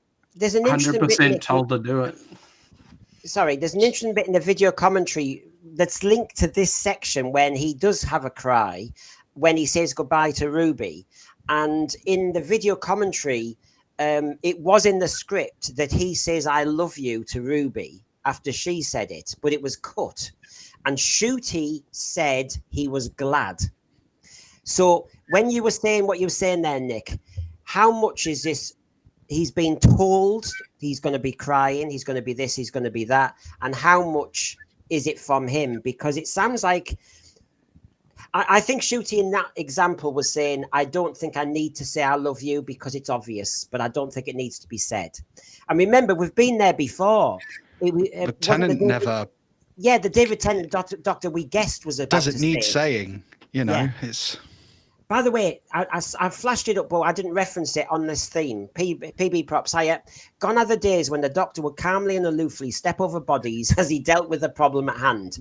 Now it's all, I'm so sorry, and bawling. Now, I asked you all the question about crying, but the bit I wanted to pick up on from PB props is, I'm so sorry. David Tennant started saying that as a Doctor, but I have to say, the Shooty Doctor in 8 episodes, I am sick of it. I'm so sorry. I'm so sorry. I'm so sorry. If you're sorry, don't do it in the first place. Learn. We all know when you're teaching your kids and all the rest of it, if you're going to say sorry so quick that you don't learn, don't say sorry. I think for me... problem of values. Sorry, Brendan. Sorry. I think I crashed over you guys then. Apologies. Just to say quick, and then I'll be quiet. I think there was a moment with David Tennant in the second parallel. I know all my episodes, but I'm terrible to remember episode names. Apologies. The second episode with the new Cybermen, we're on the parallel Earth, and David Tennant says something to the effect of, I'm sorry, we can mourn them later, but right now. And I think that's the coldness. The Doctor sometimes needs that coldness. He's not saying that you shouldn't be upset. He's saying, but right now, if you stand here and you cry, we're dead, then this is really bad. So we've got to get going. He was always saying that. It was always, again, he wasn't saying, oh, you're not allowed to care. It's just, now's at the time, we've got to move. Otherwise, again, that was like a staple in that era. He was always saying that. I think a lot of the Doctors have said that. And it's just on the crying just thing, something about that episode stood out for me when he says it. And is it when Mrs. Mole dies or something, or some? There's some point around there. Sorry, Mama. I have to say I'm quite heavily dosed up on paracetamol because I had a load of dental work done. I can't remember what a fake name was. I think it wasn't a real name, Angela, and she stands up then the Cybermen, and she had a family. And it's like one of the preachers. It's like we've got 8 episodes. I wasn't emotional. I wasn't like sad. I was like, oh, so she's going, is she? Like, I mean, okay, she's going to be coming back at some point, but in a diminished role? Is it really going to be like, is she just going to step on board and carry on like nothing's happened? It's like, we wouldn't just met her. It's 8 episodes, and I think that is part of the problem. If we've got more, is it going to be a bit like Martha, where they sort of brung her back occasionally rather than? Yeah, that's what I mean. Because again, everyone assumes that she wasn't sacked. Well, we still don't quite know that yet, I suppose. Really, when you actually think about it, but it's just, again, the short episode length, 8 episodes. Why is there actually a reason why we can't have 13? Apart from, because it's not even like they can say, oh, less is more. in this particular case, because the quality, if anything, was stronger then, and we had more episodes, and it was on a smaller budget, if anything, I think, and the technology was worse. Cinnamon, there's a few points about this 8-episode thing. One is, a lot of people in the thread are saying, and I agree with them, that if Sutekh is this, and he's been plotting forever, make it the whole series. You know what I mean? Make it the whole series. The other thing is, on the 8-episode thing is, RTD loves to get rid of the companion before the Christmas special so that he can bring in some special guests like Kylie Minogue or Catherine Tate. He seems to always do this. It's He's just doing that again. He's going to bring that. I can't pronounce her name, but the girl off Derry Girls and Bridgerton. Derry Girls, yeah. And it's just like we've been there before, done it before. Now, we're kind of giving reactions to parts of the episode, and I'm trying to make sure I've covered lots of areas to get you're really thinking. So everybody in the thread, everybody on the panel, one thing we've not really mentioned yet, and RTD made a big play of this. He said, on a far off planet, there's this woman, a kind woman, and basically she has a spoon. So just to remind everybody, there we go. We suddenly, the memory TARDIS, which is time is memory, memory is time. I understand that as a kind of concept that memory is a way of time travel in your own head. But I don't think I can land on Jupiter now with my memory. So basically, the memory TARDIS takes him to this barren planet where there just so happens to be a woman in a tent selling coffee, and she has a spoon. Now, what is this all about? I want to ask the thread, and I want to ask the panel. Did the scene land? Can anyone find a reason why it was there? Because in the video commentary, this scene was going to be cut, then it was back in, then it was cut, then it was back in. And it was all about money. But RTD and Vicky Dello, the producer, said this scene was key. So they needed it in. But what did it mean? Go on, start first, Cinnamon. What is this all about? I mean, don't get me wrong. I like this bit. If we're going to talk about the things it is like, I actually quite like this. It showed the sort of the consequences. Again, going back to earlier when we talked about kids in the school and the basics. How did you get to your conclusion? But then what's the result of the conclusion? What? Not just bad because we say it's bad. Like, show the results of it. And I like this. Again, and I think this is one of the best scenes that you did. I thought it was amazing in this. Actually, I thought it was finally showing a bit of gravitas. He was a bit mature. He was slowed down. A lot of people have said, when they have liked him, it's those moments where he is quieter, where he's a bit more just speaking one-to-one. But yeah, why this actually? I mean, again, I've only watched this episode the once. He needs a spoon for what the little TV thing he was wandering around with. I actually thought that he was going to start playing the spoons or something. Yeah, it was referenced. I mean, I'm going to go around the panel and I'm going to ask the thread. People are starting to answer. So I'm going to ask each panelist what they read into this. Why was that scene necessary? Cybermat Strikes, what did it mean to you? Oh, look, I think it was leaning into just trying to ground the impact of what the impact of the death dust was, I suppose, in terms of it was I suppose a little vignette of what was actually the impact of everything that had gone before it.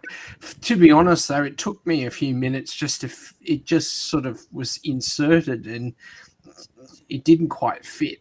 For me, it took a while to actually figure out what was going on. But at the end of the day, it was a nice scene, and I guess in terms of its impact on me, it very quickly was over as soon as I realized he was jamming that spoon into the into the side of the CRT screen. I mean, as I come to you, Nick, and then I'll come to the thread, promise, because I've got a theory, and I partly agree with Cybermat that it was just to kind of show the devastation across the universe. They needed to kind of show it at a human level. But what I got out of it, Nick, was I thought it was almost like an analogy for having Alzheimer's. I found it very moving. And whether it was relevant to the whole plot, and it was, like Cybermat said, it wasn't linked. You didn't know why he was suddenly dressed like a blooming monk traveling off. But the scene, once I watched it, I thought it is quite sad that she couldn't remember her baby was dead. She couldn't remember her husband's name. The planet began with a B. It's like watching somebody with Alzheimer's. I found it really, really emotional. It's very deep, wasn't it? No, yeah. And so Nick is what? I mean, so I put my own prism on it. But what did you get out of it? Well, I took a couple of things from the reason for that scene. One, I would agree that yes, there's a statement there in that is forgetting everything about who you are and what's around you. Is that as bad as dying? Because if you can't remember anything about your former self or your former life, did you have that life? And also plot reasons. They said that line in it about how the thing could travel backwards through the family from child to mother, and then she dusted up. So a little bit of commentary on how perhaps, like you say, you use the Alzheimer's example, how for me, forgetting how everything about yourself can be as bad as dying. And as I just said, plot reasons. Yeah, because when we were talking about this last night, Nick, I referenced, and you, I think, agreed, the Matt Smith regeneration speech, which brilliant speech. When he brilliant by Stephen Moffat, when he said you can be lots of people in your life as long as you remember what you used to be. Yes, memory. And I even when I used to teach kids sci-fi, I used to love talking about that. The only time travel humans can do is in your memory. But the trouble is, you need your memory to be intact. I mean, when you talk, I mean, there was one you know, who do you think you are? I remember when one of the celebrities was, you know, going to meet a relative they'd never met. And the lady was in the 90s, some auntie. She was in the 90s. She answered for photographs. And the celebrity said, tell me about that person and that person. And the celebrity's auntie said, I cannot talk anymore, because this is upsetting me too much, because it's not just a photograph, it's a whole memory, it's a whole experience, and it's too much. So I do get that memory and time travel thing, and I think it's one of the most upsetting things that too many people face with Alzheimer's. And that's why this scene, to me, although it was just a delicate little vignette, like you said, Cybermat, but it actually was the better part of the story to me, because it was human.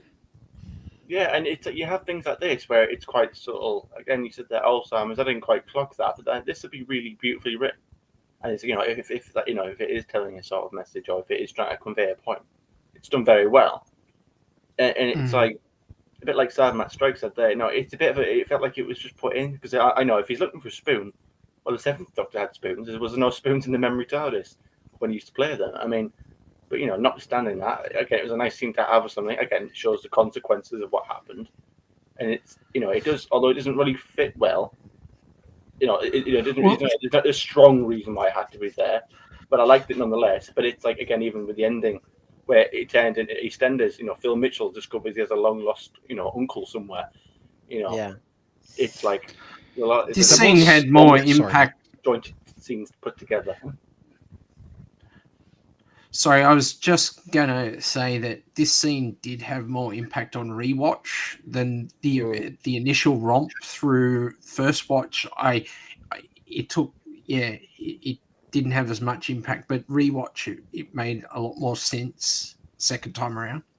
So they seem glad that they've kept it back in, and of course this was discussed in the video commentary.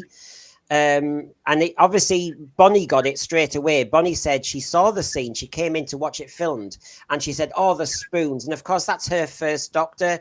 No, sorry, I apologize, it's not, it's her second Doctor. But she said, oh yeah, Sylvester and the spoons. I said to Shooty about the spoons being quite relevant, and then in white she says, echoing Sylvester McCoy, and yes, the kin of the spoons. So because it's a memory TARDIS and all the rest of it, and then he goes on his travels, the spoon became kind of relevant. I agree with what you're saying, Raymond Williams, that it just, so when your charger breaks, just get a spoon and stick it in. I know. I did. Do you know what? You can build a beautiful scene and then ruin it with something like that. Could it have been a red herring, though? spoons or forks in any plug sockets. It will not charge it. It won't do you any good. Could it have been a little bit of misdirection as well for the audience? Because you've got a woman who's not got her baby. You've got Ruby. Yeah. And the doctor dressed up in the and the cape and Jedi Yeah, mask. yeah. just to get people. Was it just to throw the scent off a little bit for the Ruby? Yeah. Your mum's no one. She's not. And- No one's no one. But And you know what I mean. And while we're Version on 1 this, reshoot. and while we're on this, sorry, Peter Harrington. So I take it the Doctor has visited this planet before, hence the devastation. She was the only one left, I take it. And the point is here, were you one of those fans who thought, well, the Doctor hasn't visited the whole of time, so there must be some planets that are safe? So it's like, and that's why he had a bit of a paddy. Remember when he screamed? Because I think Ruby says, "Oh yeah, but you haven't been everywhere." And I think he sort of says like, "Oh well, anything that's sort of caught up in the way." Like I took that as if there's a planet where he's crossed over, it could still affect it. That's how I took that. I could be totally wrong. Yeah, it's a bit like when you see a plane in the sky and you see its flumes. If it doesn't land, I'm still going to die because I just thought, oh, the TARDIS has whizzed past me, so I'm going to die. Yeah, nice, easy, lazy shortcut writing, really. Well, the reverse is true, though, Brendan. That's what drove me nuts about the resolution. It's like we've had billions of years of TARDIS time travel, the last 45 years, and then we reverse it with a few minutes of zipping up and down. I've just thought of something there, actually, while we were thinking. And it's like, when they built up all this about Ruby's mother, it was interesting because we all thought it was going to go somewhere.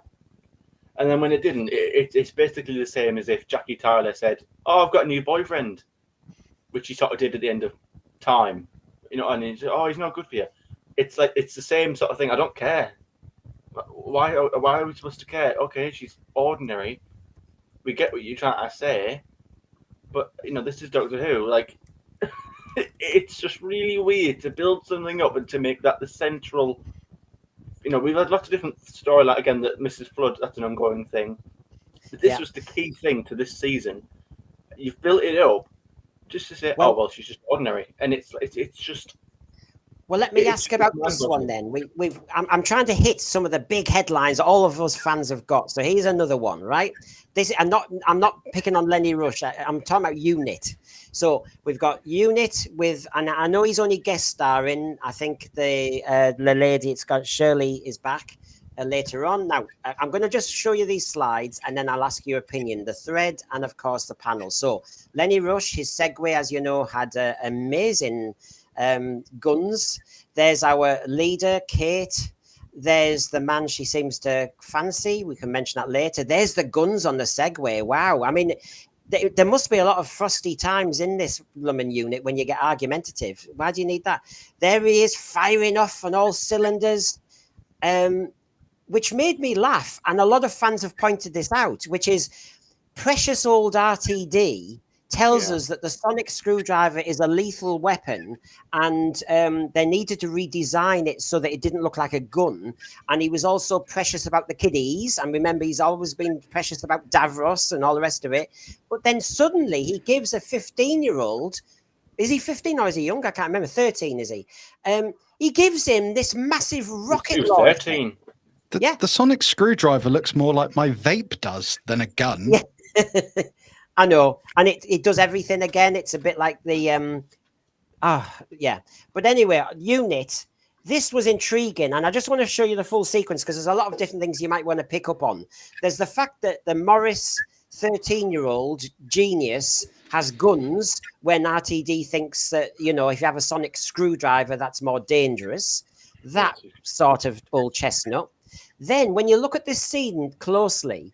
I actually found this quite funny because they're all firing at Sutekh. And there's Lenny at the back as Morris. And how he missed that soldier in front of him, I don't know. But anyway, there's that. And then, where's the risk assessment?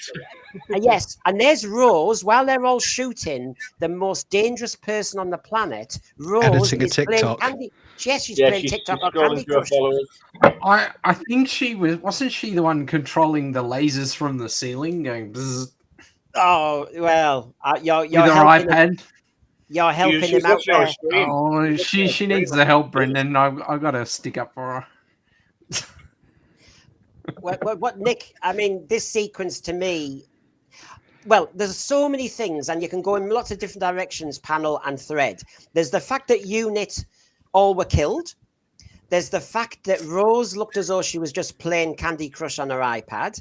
Then there's the fact that Lenny, as Morris, 13-year-old, has dangerous guns, and yet RTD has a. Where do you want to go with that, Nick? Well. Firstly, I think Lenny is. I appreciate my 10-year-old son does not speak for all 10-year-old children, but Jack's my boy, who you know, Brendan. You've seen him cosplayed as Matt Smith and whatnot. I think he's for the kids because Jax loves him. Jax absolutely loves him, loves everything about him, loves his stuff outside of Doctor Who. So I think if you're trying to bring some younger people in, maybe, you know, I can see it. Sorry, what was the other part of your question, Brendan? Well, Sorry. There's a few different ones. Killing off Unit and then you bring them back. Oh, okay. It had a brilliant speech, I thought. You have the Morris with the machinery About the birds. and Rose on the iPhone. Yeah, okay. So the killing off Unit, the second Kate went all Thanos click on us, dusted up. I said to my wife, I said, they're not dead. They'll be back by the end of the episode. I felt absolutely no peril for anyone in that room whatsoever. I knew it was all magically going to be reversed. And I was right. I suspect everyone here thought that as well. Yep. As for Lenny with the guns, I don't know. I don't know. I just think he was there for the kids and he's cool. But But Nick, this is allowed. I totally get it. The kids would love that, and I'm pleased to hear Jax loved it. The point is, you can't have two thins, can you? RTD. No, you can't. You can't be you're a hypocrite yourself. If you're saying that you've changed the sonic screwdriver to stop it looking like a gun, and then you're going to give the little lad there, you know, and I think he's actually a really good actor. To be fair. I think he did great in it. I don't think he needed to be in it. I see why they put him in it, but I think he did really well. Credit to the lad. I see him in a lot of stuff. He's really good, that lad. Yeah. But if you're going to give him guns and you're going to get all gripey about the sonic screwdriver being a lethal weapon, then you need to check yourself a little bit, really, because I know Unit, us soldiers and military whatnot, but you can't really have it both ways. And the other thing is, I know Shooty wasn't there at the time, but I don't know. The Doctor seems less worried about guns this time round. He always seems to have hated guns. I mean, he doesn't really seem worried by guns anymore. We all know the Unit era. I mean, and last week we did on Wednesday night. You can check it out on our stream. We looked at the best Unit stories, and of course, the classic thing is we always know that the John Pertwee Doctor always told off the Brigadier, always told off the military, and of course, because he's gone obsessed RTD with the sonic screwdriver being a lethal weapon, with Davros in a wheelchair being evil. And then suddenly doing something different. I did a show recently about Russell Davies' turn regenerating into Mary Whitehouse. He seems to be the nanny state suddenly. I mean, we've just mentioned the loopholes in the plot of the Empire of Death, but there's so many inconsistencies. I agree with Nick. I think the kids would love this, and I would have loved it as a kid as well. So I'm all for Lenny being in it and firing off as many rockets as you want. But the trouble is, RTD's going through his Puritan era when nobody can die. I mean, the other thing is that horrible death that we had of that the Manchester soldier who was turned to sand. And then at the end, he stands up, and then all Unit come back. And then in the giggle, that man who was turned into a wooden puppet brought back to life. What is the point of me watching an hour's telly if you're just going to bring them all back? Where's the jeopardy? Yeah, surely some people should be like, you know, I suppose because I suppose then it's kind of weird because they're kind of like in a juxtaposition where you can either bring everyone back or not at all, because then if they were to sort of bring, you know, or they bring Carla back, or they bring Cherry back, or they bring Mrs. Flood back, or they bring that person back, but they won't bring the Unit Manchester soldier back. then it'd be like, I feel like then we'd be probably pointing out like, oh, convenient, isn't it? That these people, the important people come back, but not them. It's just, it's all a bit of a mismatch. It's like even this, like they even said, didn't they? Oh, the Prime Minister can't even walk in, especially the Prime Minister. They said, but we could have a 13-year-old in units turned into a creche. We've got kids everywhere watching TikTok on their iPads, and you've got kids firing guns. I mean, I took exception in the last episode of how easy it was for Ruby to get her mum up into unit. I know it's her mum, but you think, come on, this is unit in the military. This is like top brass, and it's like, okay, so unit's gone up. Maybe they've got a bigger budget than they did in the 70s when they were just in a country house in the countryside. So they're bigger in some ways.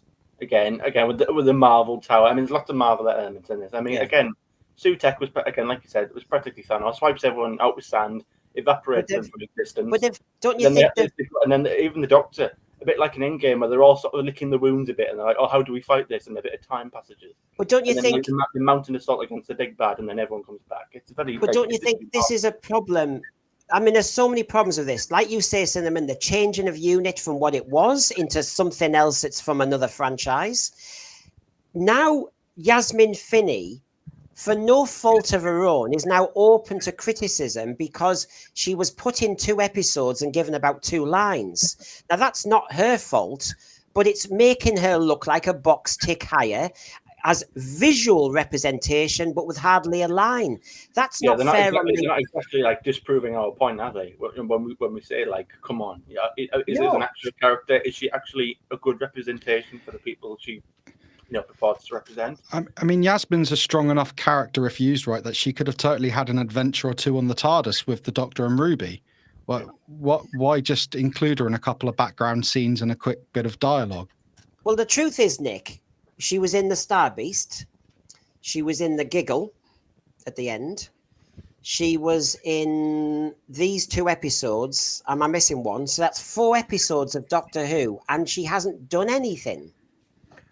So what was her role? What was her arc? She was important for 5 minutes in the Star Beast. That's what it was. She was important for 5 minutes, and I praised it for the time. I didn't say it was woke because I didn't think it was woke because it was handled well and realistic to what I think a family would react. She talks to Beat the Meep about feeling like she feels like she's from a different planet, and I can understand that because she probably would. And that was I quite liked that scene actually. I thought it was quite done well. And then after that, she sort of just disappears and then lingers in the background. And then Donna goes binary, and then she pops up at the vague flashes of her, and then she sort of chastises the Doctor at the end, giving him grief. And then again, she's just. I mean, they even sort of like it's almost like they're even aware of it themselves. She said it in this one when they go to fetch the VHS tape. They only send me out to investigate shoplifting in Catford or whatever it was, the place. So it's all like she's literally delegated that again. A younger actor, a younger character, had more screen presence, more lines of dialogue, had more to do than she did. And it's like, what was the point? Maybe Yasmin Finney can't do her G's like me, which the Watcher is pointing out. I'm not quite sure why, but we all have different idiosyncrasies. Have you heard of idiolect? You can have my idiolect is my idiolect. I can't invent it. It's just me. You want to try me saying Birmingham? There you go. I mean, I'm useless. I still am a quality English teacher. We still got very high grades. It's called accent. Isn't it great? You see, RTD would say, isn't it great that Brendan is so unique on the planet? And if Sutekh landed, because he can't do his G's, he'll probably save the planet because he's so special, you see, the Watcher. That's my you're an anti-northerner. Yeah, I think though, like Cinnamon said, I think bang on right. The original scene with Yasmin, Rose, and Star Beast, that was done exceptionally well. And like you say, she's important for 5 minutes. Well, we'll just chuck her in as a background character now. And that's such a waste of a potentially really good character. So yes, and I think you've got to see be what comes. I think you've got to be so careful with representation.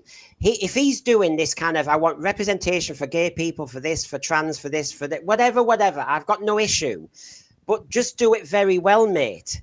You're not representing men very well. I was saying this to Nick last night. There was hardly any men in this story at all.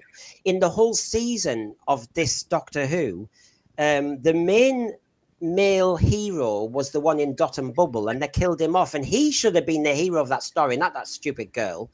The other main male lead was the horrible the politician. Space Babies, well, they're all kids, and it was a woman looking after them. If you really look at this season, I think RTD's got a problem with representing men. And so when you're going to represent Rose as a trans character, make them like everybody else and give them a role, but don't just stick them in the corner playing video games. That does not sell. Because she's literally just, how I see it, she's the trans one. Like, she's not an actual character. Okay, she makes stuff toys and sells it to help her mum, but like apart from that, what has she done? Is she actually important? Is she actually likable? She's checking on the shoplifting in Catford, apparently. Yeah, I mean, like, what is she watching the Sense Sphere on that tablet there? Like, what is she? Like, I hope so. Hope I get a view. Like, again, I like Mel more than I like her. I mean, I want to like her. I don't know she's there. They go through the effort of putting her there. And of course, going by their logic, if into society where representation is the most important thing of all, then actually represent her. Then give her time. The other thing is, a bigger episode count maybe would have given her that. But the other thing that Cybermat is, I've noticed that the dialogue about this trans character from Starbeast onwards has always been, "You're beautiful, you're amazing, you're special," and the dialogue just seems to eulogize rather than say, "Show me why you're special." As soon as Ruby arrives, "Oh, you're beautiful." "Oh no, you are." It's like, all right, we've had the sort of quick validation for the week, but it's like apart from that, it's like, but we're not superficial. You see, the point is we all validate ourselves by our actions. Cybermat, what are you going to say? Well, to be honest, I felt that Rose, like Morris, I mean, RTD made it clear that Morris was a last-minute rewrite insert. Because they took him out of Space Babies and retasked him for the 2-part finale. But like I was picking up the whole Nissa Tegan and Adric vibes in Unit HQ during this episode, because it literally felt like they were stealing each other's lines off other people that they just taken. Because like, I mean, she chimes in, I think she chimes in only a few times, and she literally jumps into conversations with dialogue that clearly could have been said by other people. So similar to how in Classic Who you used to see that all the time, where there were just too many people in the scene and they would have to swap lines.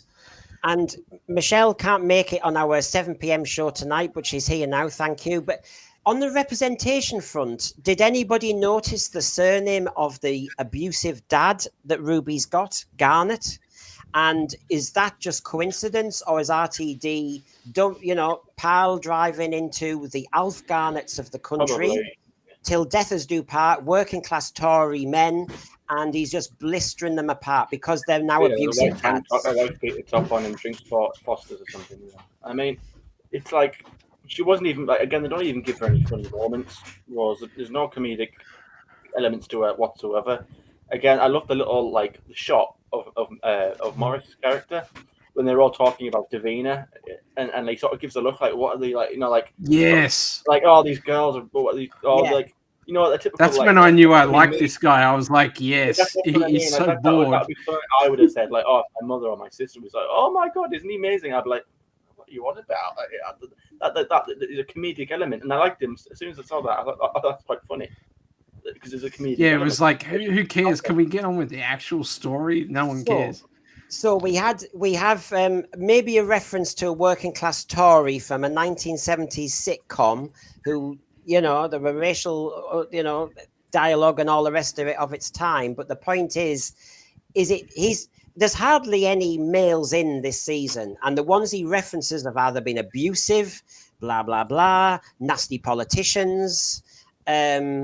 I am wondering if there's a pattern here, because there were certain shots in this Doctor Who episode where it was just all women.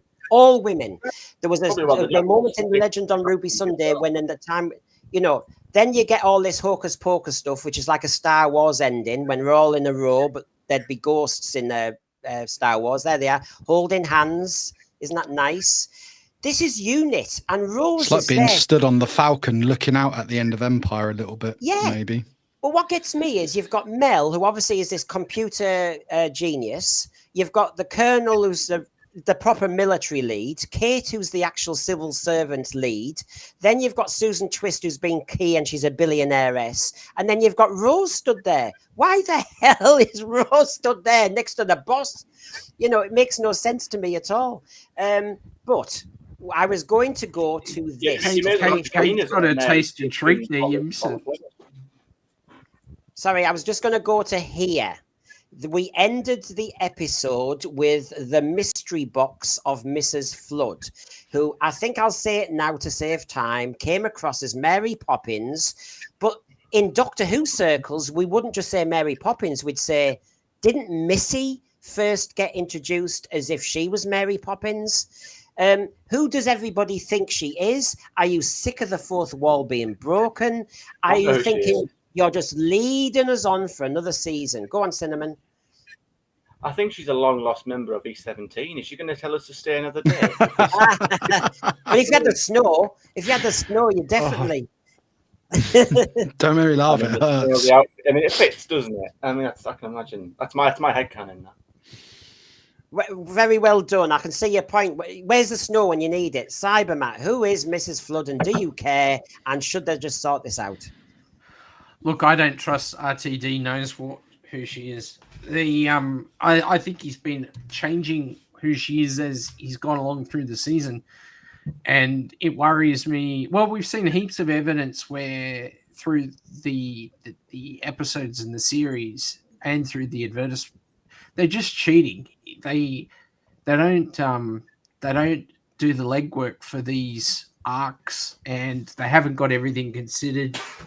And I honestly, I did not care by the end of it. I was so over it. Yeah. I'm going to ask the thread in a moment. But Mrs. Flood, she did say before she was turned to sand, she said to Cherry Sunday, she'd sounded like the carer from hell.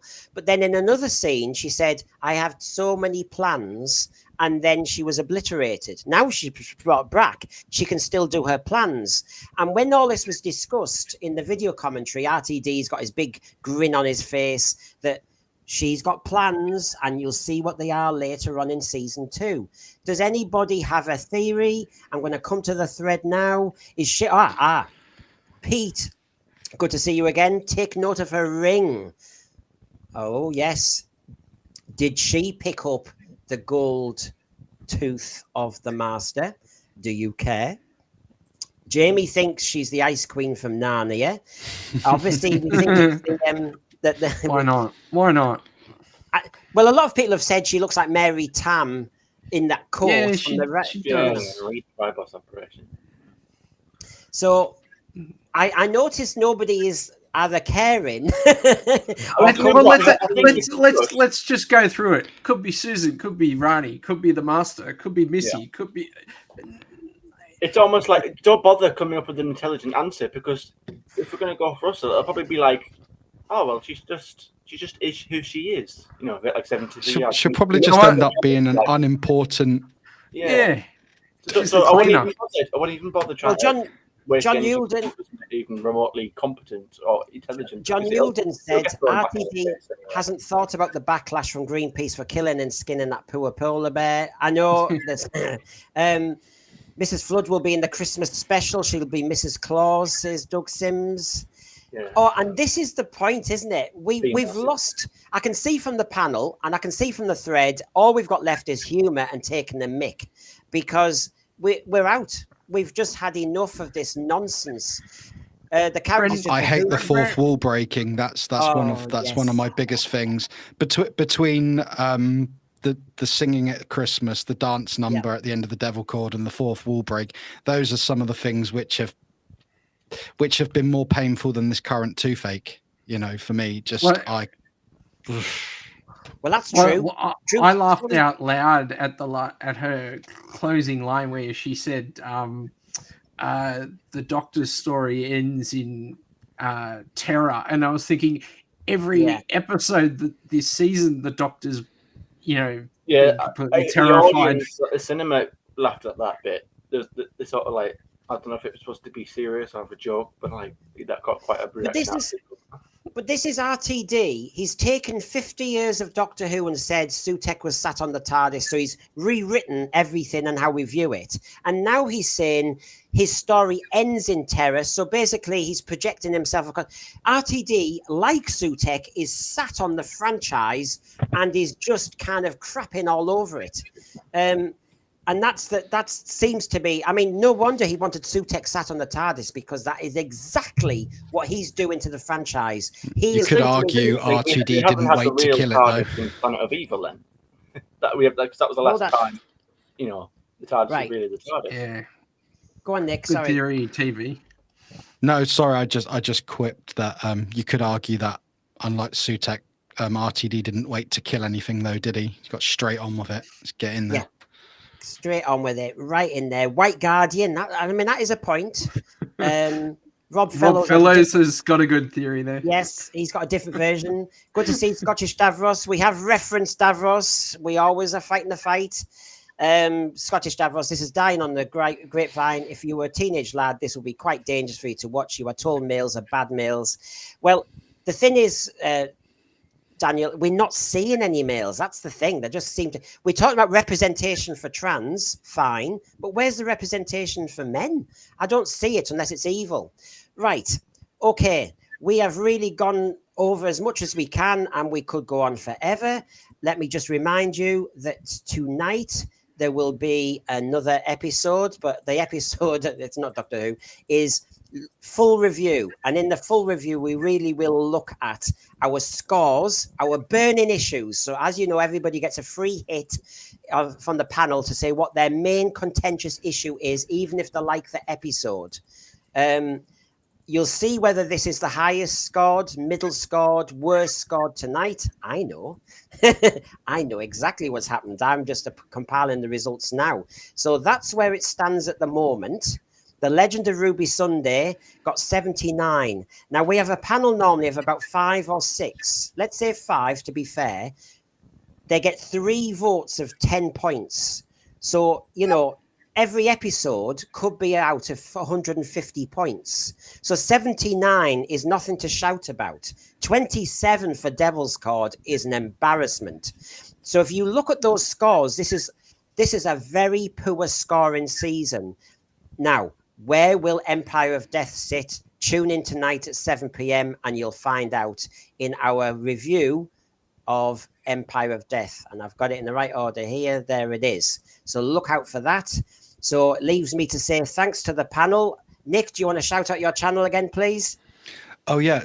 Cheers for the shout out. So Action Popcast, pop culture podcasts and live moderately entertaining, another stream we do. Check us out if you want to see the randomness. And thank you for having me on the panel, Brendan. It's been a pleasure. No, and I'm dying to come on yours as well. So Cinnamon. Anytime. Cinnamon, I know. Stop knocking yourself, Cinnamon. You've got a channel. Just tell us what it's called. Don't tell us yet, because you always come on everyone else's stream. So go on, big up your own. Yeah, well, I should be like Sutekh more often. It's all about me. Actually, no, it's. Anyway, I'll ignore that. So if you want to find out more about me, it's just Cinnamon Toast Crunch. Hopefully I'll have some stuff up there soon. In the meantime, if you want more Sutekh, though, just give this a watch. You'll probably enjoy it more. Yes, but now you know what happens at the end. He sits on the TARDIS. Right, thanks for your time. It's Sunday. You've got families and everything. Thanks to the thread. Join us again at 7 p.m. It's not the same show, different panel, and we go into the real nitty-gritty, and I probably won't get a word in edgeways. If you've enjoyed the show, I'll say it one more time. Just please give us a subscribe. It's nice of you to do that. There's our Zero Room, just to give you for a second. There you go. A nice bit of calm. Yeah, if I got to 800, I'd calm down, maybe. If you don't want to give me a subscription, look what happens to you. Be very careful. And yes, we will go into detail tonight. We do know the ratings, but tonight on the Ratings Watcher, we'll go into it in detail. Okay, 2.25. Is that good? Is it bad? We'll discuss tonight at 7. So thank you, Nick. Thanks for having me. Thank you, Thanks, Brendan. Cybermat. Brendan, thanks for having us on. It's been a welcome cathartic release being able to talk about this on with friends. So Well, thank you you. could be worse. You could be Yeah. comatose. Yeah. And thank you, Cinnamon, for coming on. Not bad. Thank you very much. We've done Okay, it. then. We've all done it. We've got to the end of the season. We've all gritted through it. We've gritted teeth, but we've done it. We have. So have a good day, everybody. Thanks to the thread. See you tonight at 7. Bye. See you, See you friend. later. Bye bye.